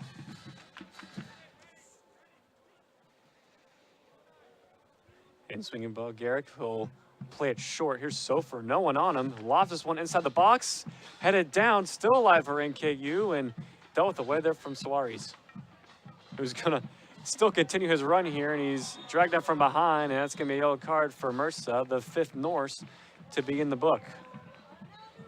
So that's Terrific job of just pushing the pace and making NKU make a play, and it results in a yellow card. As we see a replay of that, just continue going with it. And we see Suarez do that a ton of time in his time at Bowling Green, but also his time at previous schools when he was at William Carey University and Iowa Central Community College. Would make those kind of lung-busting runs up from his defensive position. Sorensluka has a quick little conversation here with Nichols as he'll address his bench.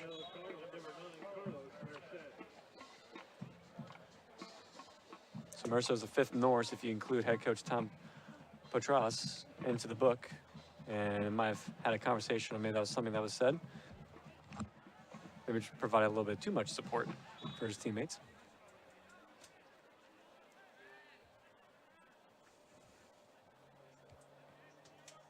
Approaching the final 30 minutes, Bowling Green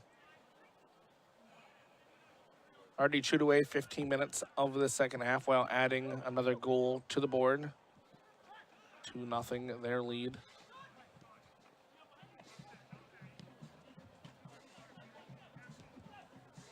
Interestingly, Bowling Green's never scored more than 2 goals against Northern Kentucky. They've scored 2 in a few of their matches. Never more, though, in this kind of brief matchup history between the two teams.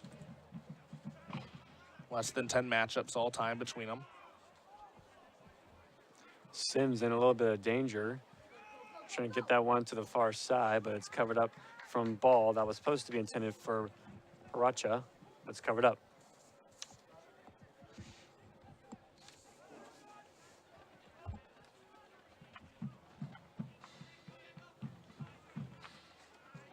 Touching on Jason Ball's accolades from when he was at Miamisburg High School, was the Great Western Ohio Conference Goalkeeper of the Year, both in 21 and 22.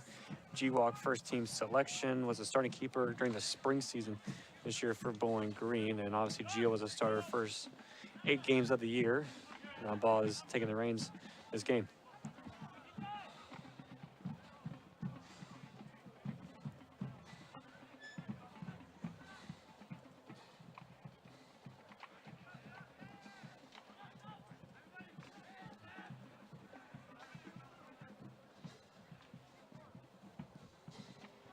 Long switch here from Barth. Read well once again there from Rios. It's going to be picked up here from Klein. Mersa. Cross into the box. Blocked there from Peacock. Sims skies the clearance. That was Paracha. Which I put that one up. Painter goes to the ground. And still alive here from NKU. Garrick into the box. Dealt with from Rios. Still alive. Garrett curves the shot, but it's saved well there from Jason Ball. Nice shot by Ball, reading that all the way. Could have been a little bit dangerous as it was going through some traffic. Could have had to worry about some deflections and being able to see it through the defenders, but a nice job of staying right in front of it and securing the save.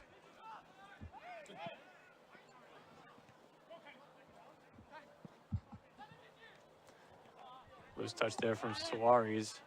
Paracha lurking down. Peacock blocks that one off of Rios. Bowling Green comes away unscathed. Here's Saavedra. Ramos. Hernandez. Here Christian Young keep the ball. And Bowling Green trying to have a spell of possession here.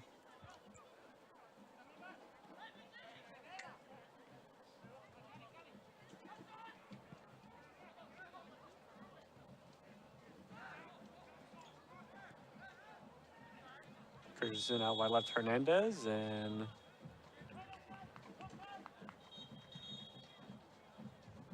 play will stop, and a yellow card's gonna be issued to Bennett Painter, and that's gonna be have to be for dissent. And also for Trace Terry.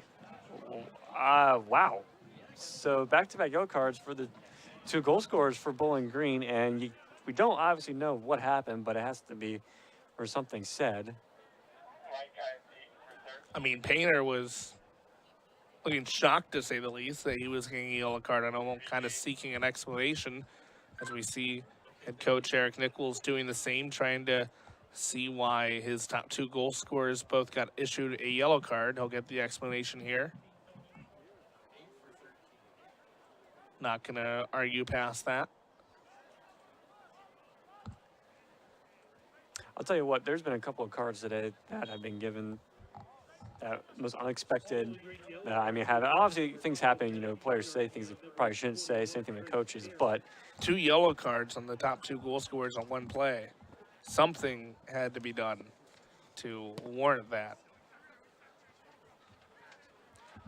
Derek flicked up. Here comes NKU looking to break and cut the lead in half. It's cleared away from Bowling Green. Mersa takes a long-range shot. That's going to be off target ball, though.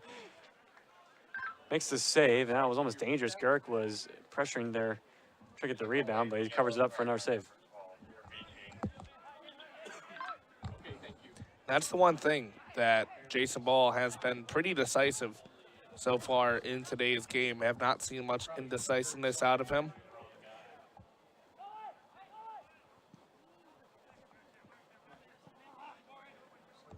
Climb through Painter. Off the touch from Terry. Painter into the box, leaves it off top of the 18. Ramos heard the footsteps. Out to Sims. Cross to the back post looking for Saavedra. Painter trying to keep it in play. Bowling Green does, but no shot registered. Just a bit too far with that cross and got too deep for Bowling Green to be able to do anything with it. Painter, like you said, nice job trying to keep it in, but Bowling Green not able to maintain possession past that. Schaefer will come back into play. Sims will check out. He'll flip Hernandez back to his normal right side, and Schaefer will go back to his left mid spot.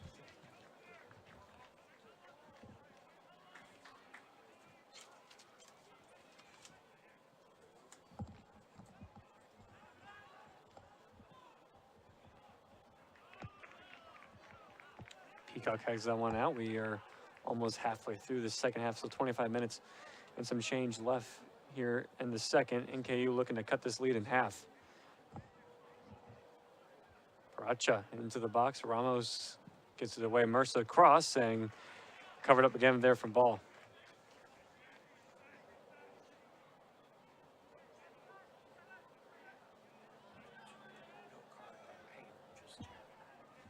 So it was actually discovered that it was only card on Trace Terry. So mistaken identity there from Bennett Painter. I was going to say it would have had to be something pretty extreme for both of them to be issued a yellow card. That was the odd part of it. So, like you said, Trace Terry, the only one with a yellow card, no yellow card on Bennett Painter. And that would explain why Painter was looking so surprised when the yellow card was in front of him. Like, what did I do to warrant that? Christensen to Schaefer, couple step overs on Klein. Christensen. That one packed in there from NKU, but Paracha gets away from a loose touch from Hernandez. It's a 1v4 with white shorts. Gets Garrick to come up for support. Long switch, it's off the head of Saavedra. And Hernandez gets it away, but how about Saavedra putting his head on the line there to break that one up? And a loose touch there from the former LIU Shark. That's what they mean when they say use your body to make a play.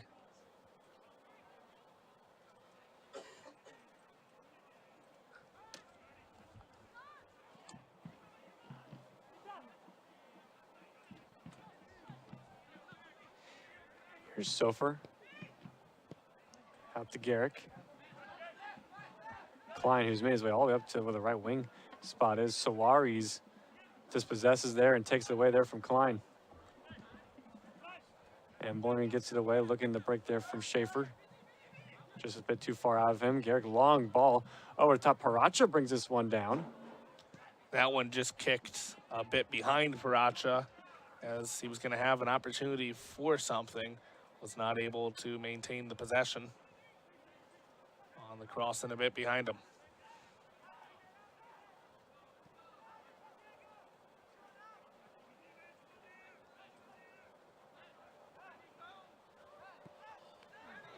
Rios out to Suarez. Yeah, Elias Borgman there from NKU in the area as well. Saavedra.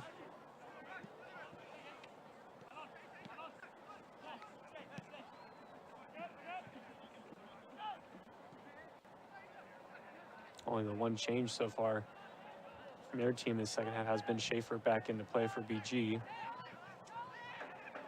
Ramos to Terry. Gets it out wide. Hernandez can put a cross in the box here. He does.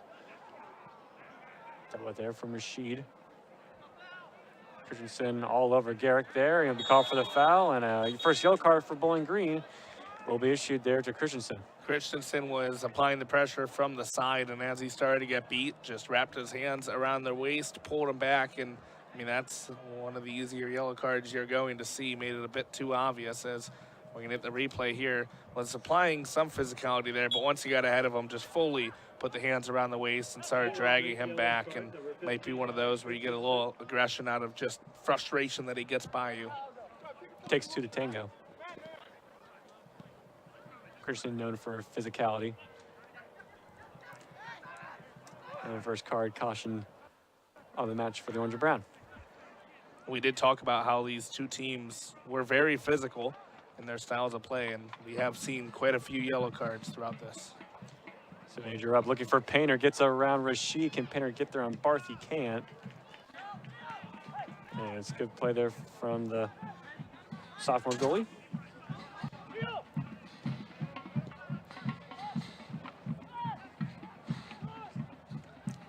Bodurov and Patasic will come back in to play momentarily here for Bowling Green. Saavedra trying to get this one back to Hernandez and cleared away there from Mursa.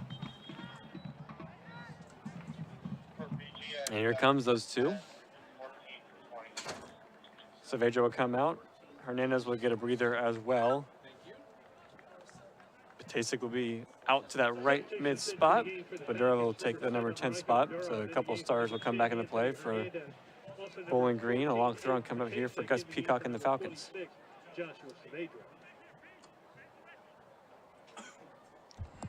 Long throw in the box here.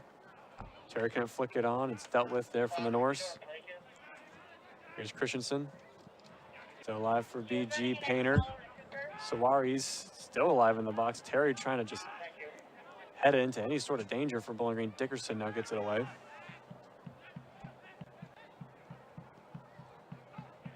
And a wide Patasic puts the cross in play, takes a bounce.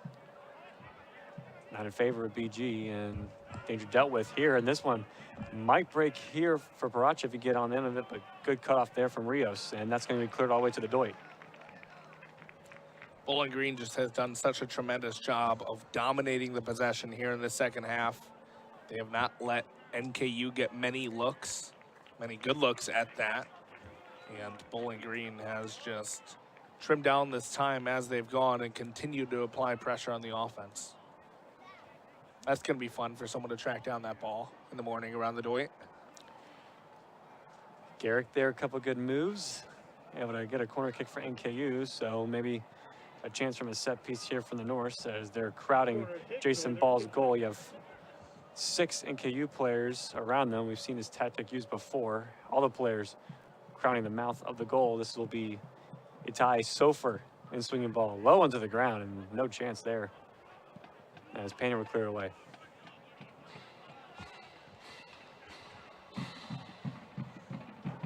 Mursa heads it up. Patasic will throw it short. And they'll get this one back to Rios, and Bowling Green will have a chance to bring NKU down if they wanted, but they'll play direct here with Terry. Baracha looking for Garrick. Couldn't slide that one through.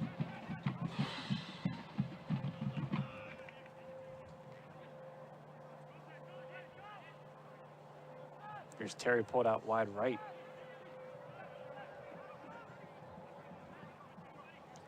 And Bodura just missing that pass. There was looking for Schaefer just a bit too far.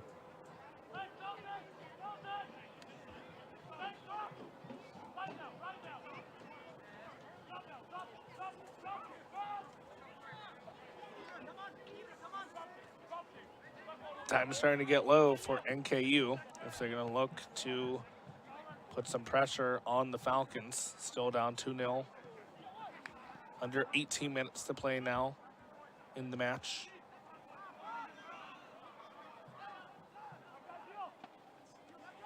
Here come the Norse on the counter. Garrick.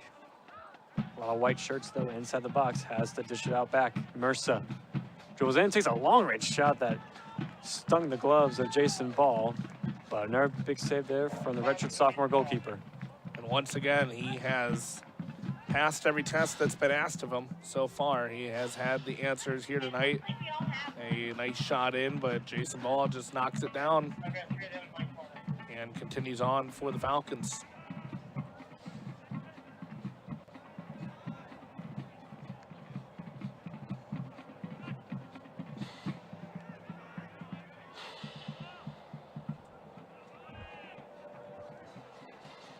Third goal from Bowling Green almost puts it completely out of reach for NKU, but if the Norse were to find a goal, it makes it very interesting in the final under 17 minutes we have left to play here. They're going to need that goal quick, though. They need to get it probably within the next 5-6 minutes. Once you get under that 10-minute mark, it's going to be hard for them to find two. Klein chesses this down. Hoenderkamp able to turn. Brios lets one slide and go all the way back up the ball. Now, clock is your enemy. If you're NKU, it's your friend. If you're Bowling Green, you just want to milk out as many seconds as you can. You've been seeing Jason Ball get that the past couple times he's gotten the save. He's taken about 15-20 seconds off the clock each time. Doesn't sound like a lot if you do it once, but if you do it 2, 3, 4 times, you shoot off half a minute, a minute and a half of time. Good step there from Peacock on Borgman. Nice 1-2. Patasik, Bodura get out of danger.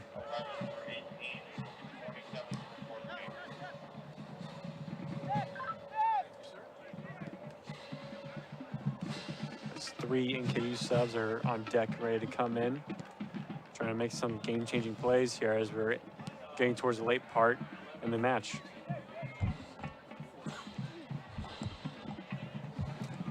This one's given away, and one back here from Bowling Green, Ramos.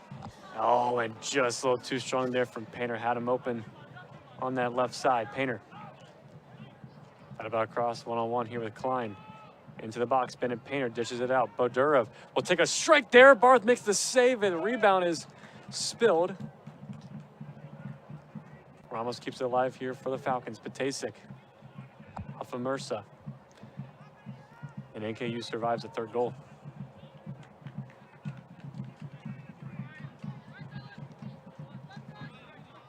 Here's Suarez. We said Bodura's name quite a bit during that first half. First time we've mentioned it here during the second half. Painter's first cross was poked away. Christensen trying to get back to Ramos, who gets it, moves inside the box. Ramos, Klein meeting it. A goal kick coming up. Nice win there from Klein. Did a nice job of staying in front of him all the way to the line.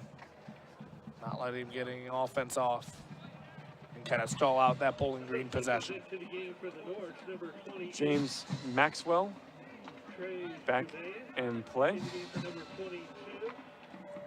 A couple other changes coming in play there for NKU. Alan Kapik is back in play.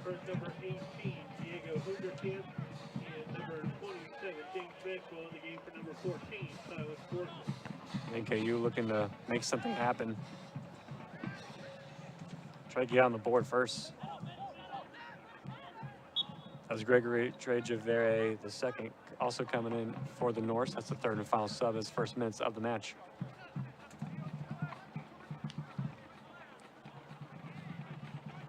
Javier, the second forward from Cincinnati, Ohio, played at Wyoming, same high school as Gus Peacock on the field, as this one is going to go past the inside run of Maxwell, and ball's going to waste some time.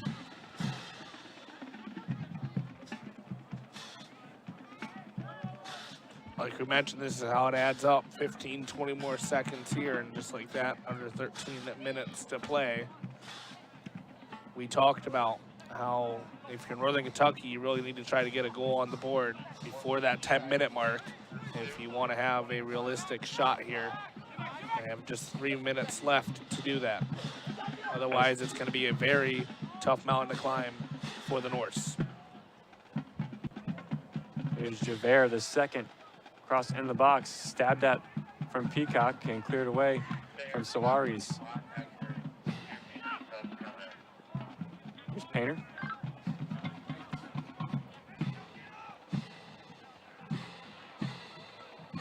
Here's Patasic.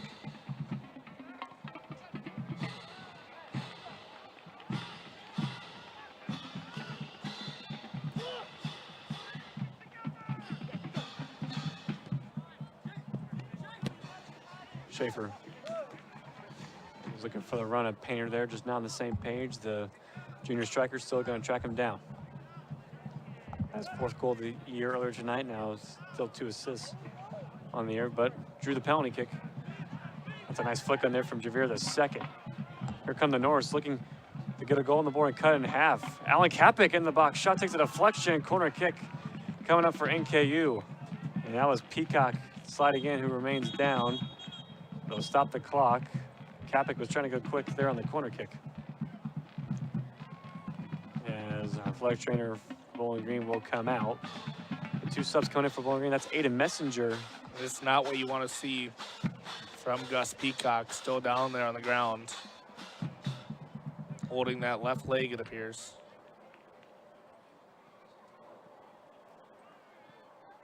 So Messenger and Tesqueto were coming in for Bowling Green. I wonder if Peacock was one of the subs that were planned to come out. So his night might be done regardless. He was one of those subs that was planned to come out, so it was a scheduled out for him, but you don't want to see him leave the match that way. You would have liked to see him leave normally. Instead, he's going to have a bit of a limp going to the sideline for the Falcons. The good news, though, is he is walking on his own pressure, so that is a very good sign for Gus Peacock. Suarez is the other Falcon that will get a breather. So just get a Messenger in. So you've had 6 different players, if I can count, maybe 5, in the back line for Bowling Green this game. Either way, that kind of gave us a good kind of baseline for where his minutes are right now for Gus Peacock. Came in to the match, I want to say, about 15, 20 minutes in, scheduled to leave out just over 10 minutes left. So a good baseline for where he is right now in his recovery back. Stouffer will try a long-range shot there. It's off target. And you have seen that NKU offense ramp up over the past few minutes. A few more opportunities for them. Never really able to get a very clean look, though. Yeah, Messenger, who will go on the left center back side. Rios will remain in the middle, which he's pretty much done almost all game except the first handful of minutes. Tesqueto will be out on the right. So still tinkering with that back 3 for Nichols. So far they've had a shutout. They still have under 11 minutes still to defend it.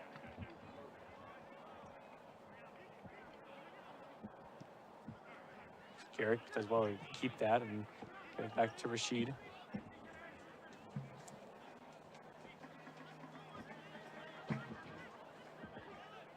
Here's Barth. He's had a couple of nice looks for his first collegiate showing. Patasic heading that one up. Baduro trying to check this one down. Garrick as well to turn his body and get this one out. Here's Kapik. Brings his touchdown, able to turn. Javier the second. Patasic trying to get stuck in a challenge. And one's off the Falcon, throw in coming up for NKU. By the time they get this throw in here, going to be 10 minutes left to play in the match. So time continuing to dwindle down for the Norse. Falcons just 10 minutes away from breaking this 2-match losing streak here at Cochrane. Patasik, Terry goes down, but Oliver Eckhart with a perfectly timed challenge.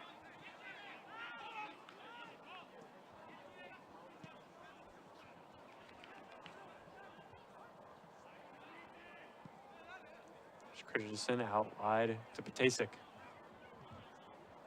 Painter. Across in the box looking for Terry, and that's got way too much power on it. A little bit of miscommunication there. Painter was trying to go a little bit long. Terry wanted a bit shorter. Maxwell with a turn by Christensen. Klein has Maxwell in some space. Maxwell to Garrick. Gets it to Kapik. Lays it off. Mirsa's got open space. Left foot across. Blocked there from Patasik.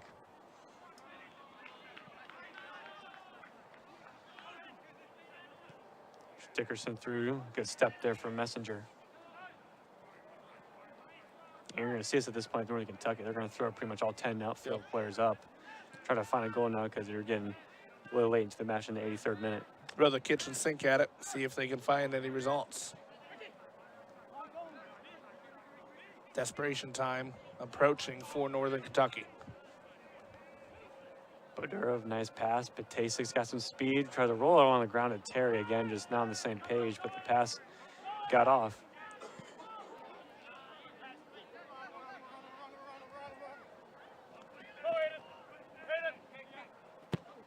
Maxwell looking for a long switch for Kapik. Wasn't that far up the field, and ball's gonna take as much time as he can.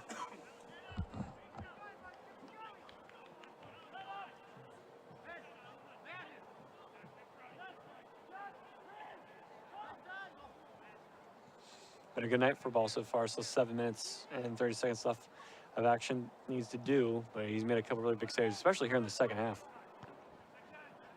Again, every test that's been thrown at him, he's had the answers for. Look at this one off the Kapik. 1-1 to Sketo. Kapik lofts this one to the back post. Here's Maxwell along the grain, and it's off of Schaefer, and it cleared away there from Messenger.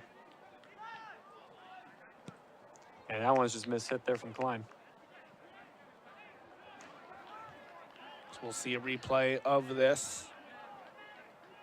Took his time to send a pass in.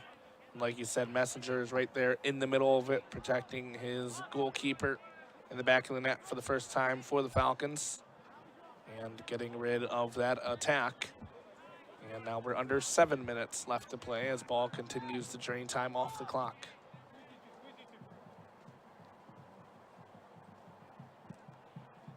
You look at those past two possessions after the saves by Ball, he drained almost a minute of time off the clock. Here's Bodurov.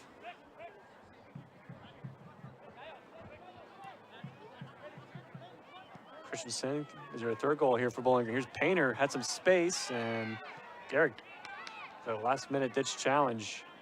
But Tasqueto takes it right back, and he gets clobbered in the midfield by Kapik. It'll be a foul on NKU. Take a look at this. Looks like Painter might have got fouled just at the very end of that play, but Tasqueto did well. A little physical, but that one, more physical than what it was against Painter. So either one of those could have been called. The second one is. And good news for Bowling Green is they do maintain possession after it all.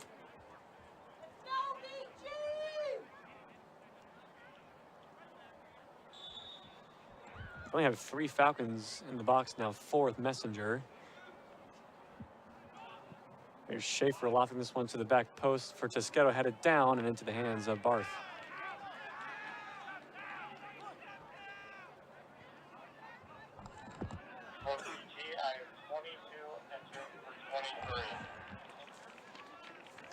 And it's been a couple matches since we've seen this man, but Bradley Popple, sophomore, transfer from Air Force, will come in for Bowling Green. Ramos will get a breather, and Bradley Popple will check in. Had one start this year all the way back against Butler, and back in for Bowling Green.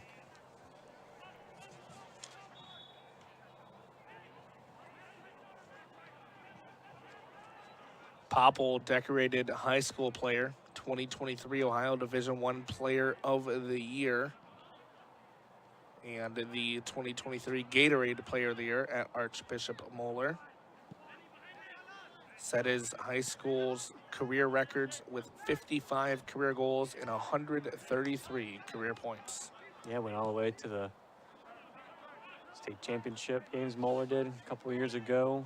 Very well-known powerhouse soccer school in Cincinnati area. And interesting, a guy that started his career at Air Force.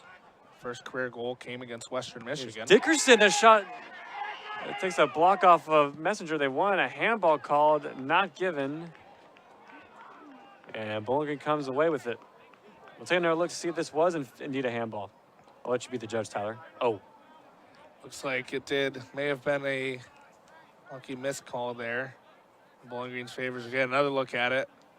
Looks like it deflected right off the left hand there. Well, it's a good thing we don't not able to get a view on it. It's a good thing we don't have a video assistant referee here. Otherwise, that might have had a second look. Good for Bowling Green. They do escape it with 4 minutes left to play. And that's just got to be frustrating if you're Northern Kentucky. Popple earns the foul. And indeed, could have made it for a very interesting ending to this match. We'll see there is Messenger, who also returned from injury, similar to Gus Peacock. That's definitely one of those moments that will be talked about after this match. But if you're Northern Kentucky, you do need a little more than that one handball. It's still down by 2 goals. So it's not the end-all, be-all difference maker.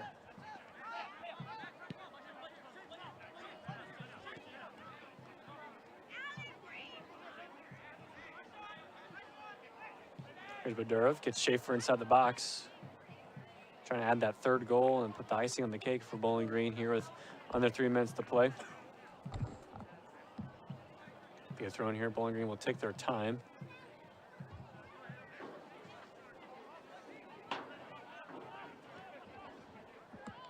Schaefer gets it in. Bodurov by the corner flag, runs a tight rope there, gets it into play, but he ran out of real estate there on that far side. Goal kick coming up. Now, if you're NKU, you need to basically try to go as fast as you can with 2.5 to play, needing 2 goals. We'll see what they can throw at the Falcons, as they'd love to get in some sort of transition. So flicked on from Javier the second. Here's Kapik, gets it out. Maxwell's open here on the right side. James Maxwell, and he puts on the outside netting. Just took a little bit too much to get that set up. Had an opportunity to put one on goal, and we'll see. He took a couple extra steps as the pass over. Right there, he had the chance to take something. Took a second to reset himself. By that point, the help had come for Jason Ball. Not able to get the best of looks. Bowling Green stays ahead at 2-0, 1:45 to play. Gotta shoot across your body there. Gotta put that one across your body. Ball did a good job covering up the near post. But that was probably the last real bad opportunity for NKU to get on the board. Bit of hesitant just for a moment, not pulling the trigger. And by the time he decided to, didn't have the look that he had a few seconds prior. Here's Popple. Out Bodurov.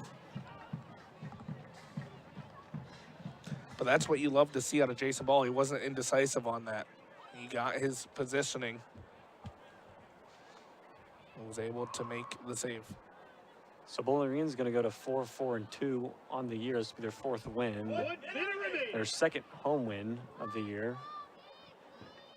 After the Michigan State win is Painter. And you see that was actually Popple and trying to get a 3rd goal for Bowling Green. Be called for the foul for NKU. The winless runs are going to stretch to 7 games, and they're going to suffer their 5th loss of the year before they return to Horizon League play. Yeah, tough for NKU, very tough result. And if you're Bowling Green, this is what you wanted. You wanted a multi-goal win, a team that's been averaging less than a goal a match, able to pitch a shutout as well, doesn't hurt. And get them some momentum, as like you mentioned, they have one non-conference remaining. And the rest of those matchups going forward are MVC matchups. They're going to be oh so crucial down the stretch.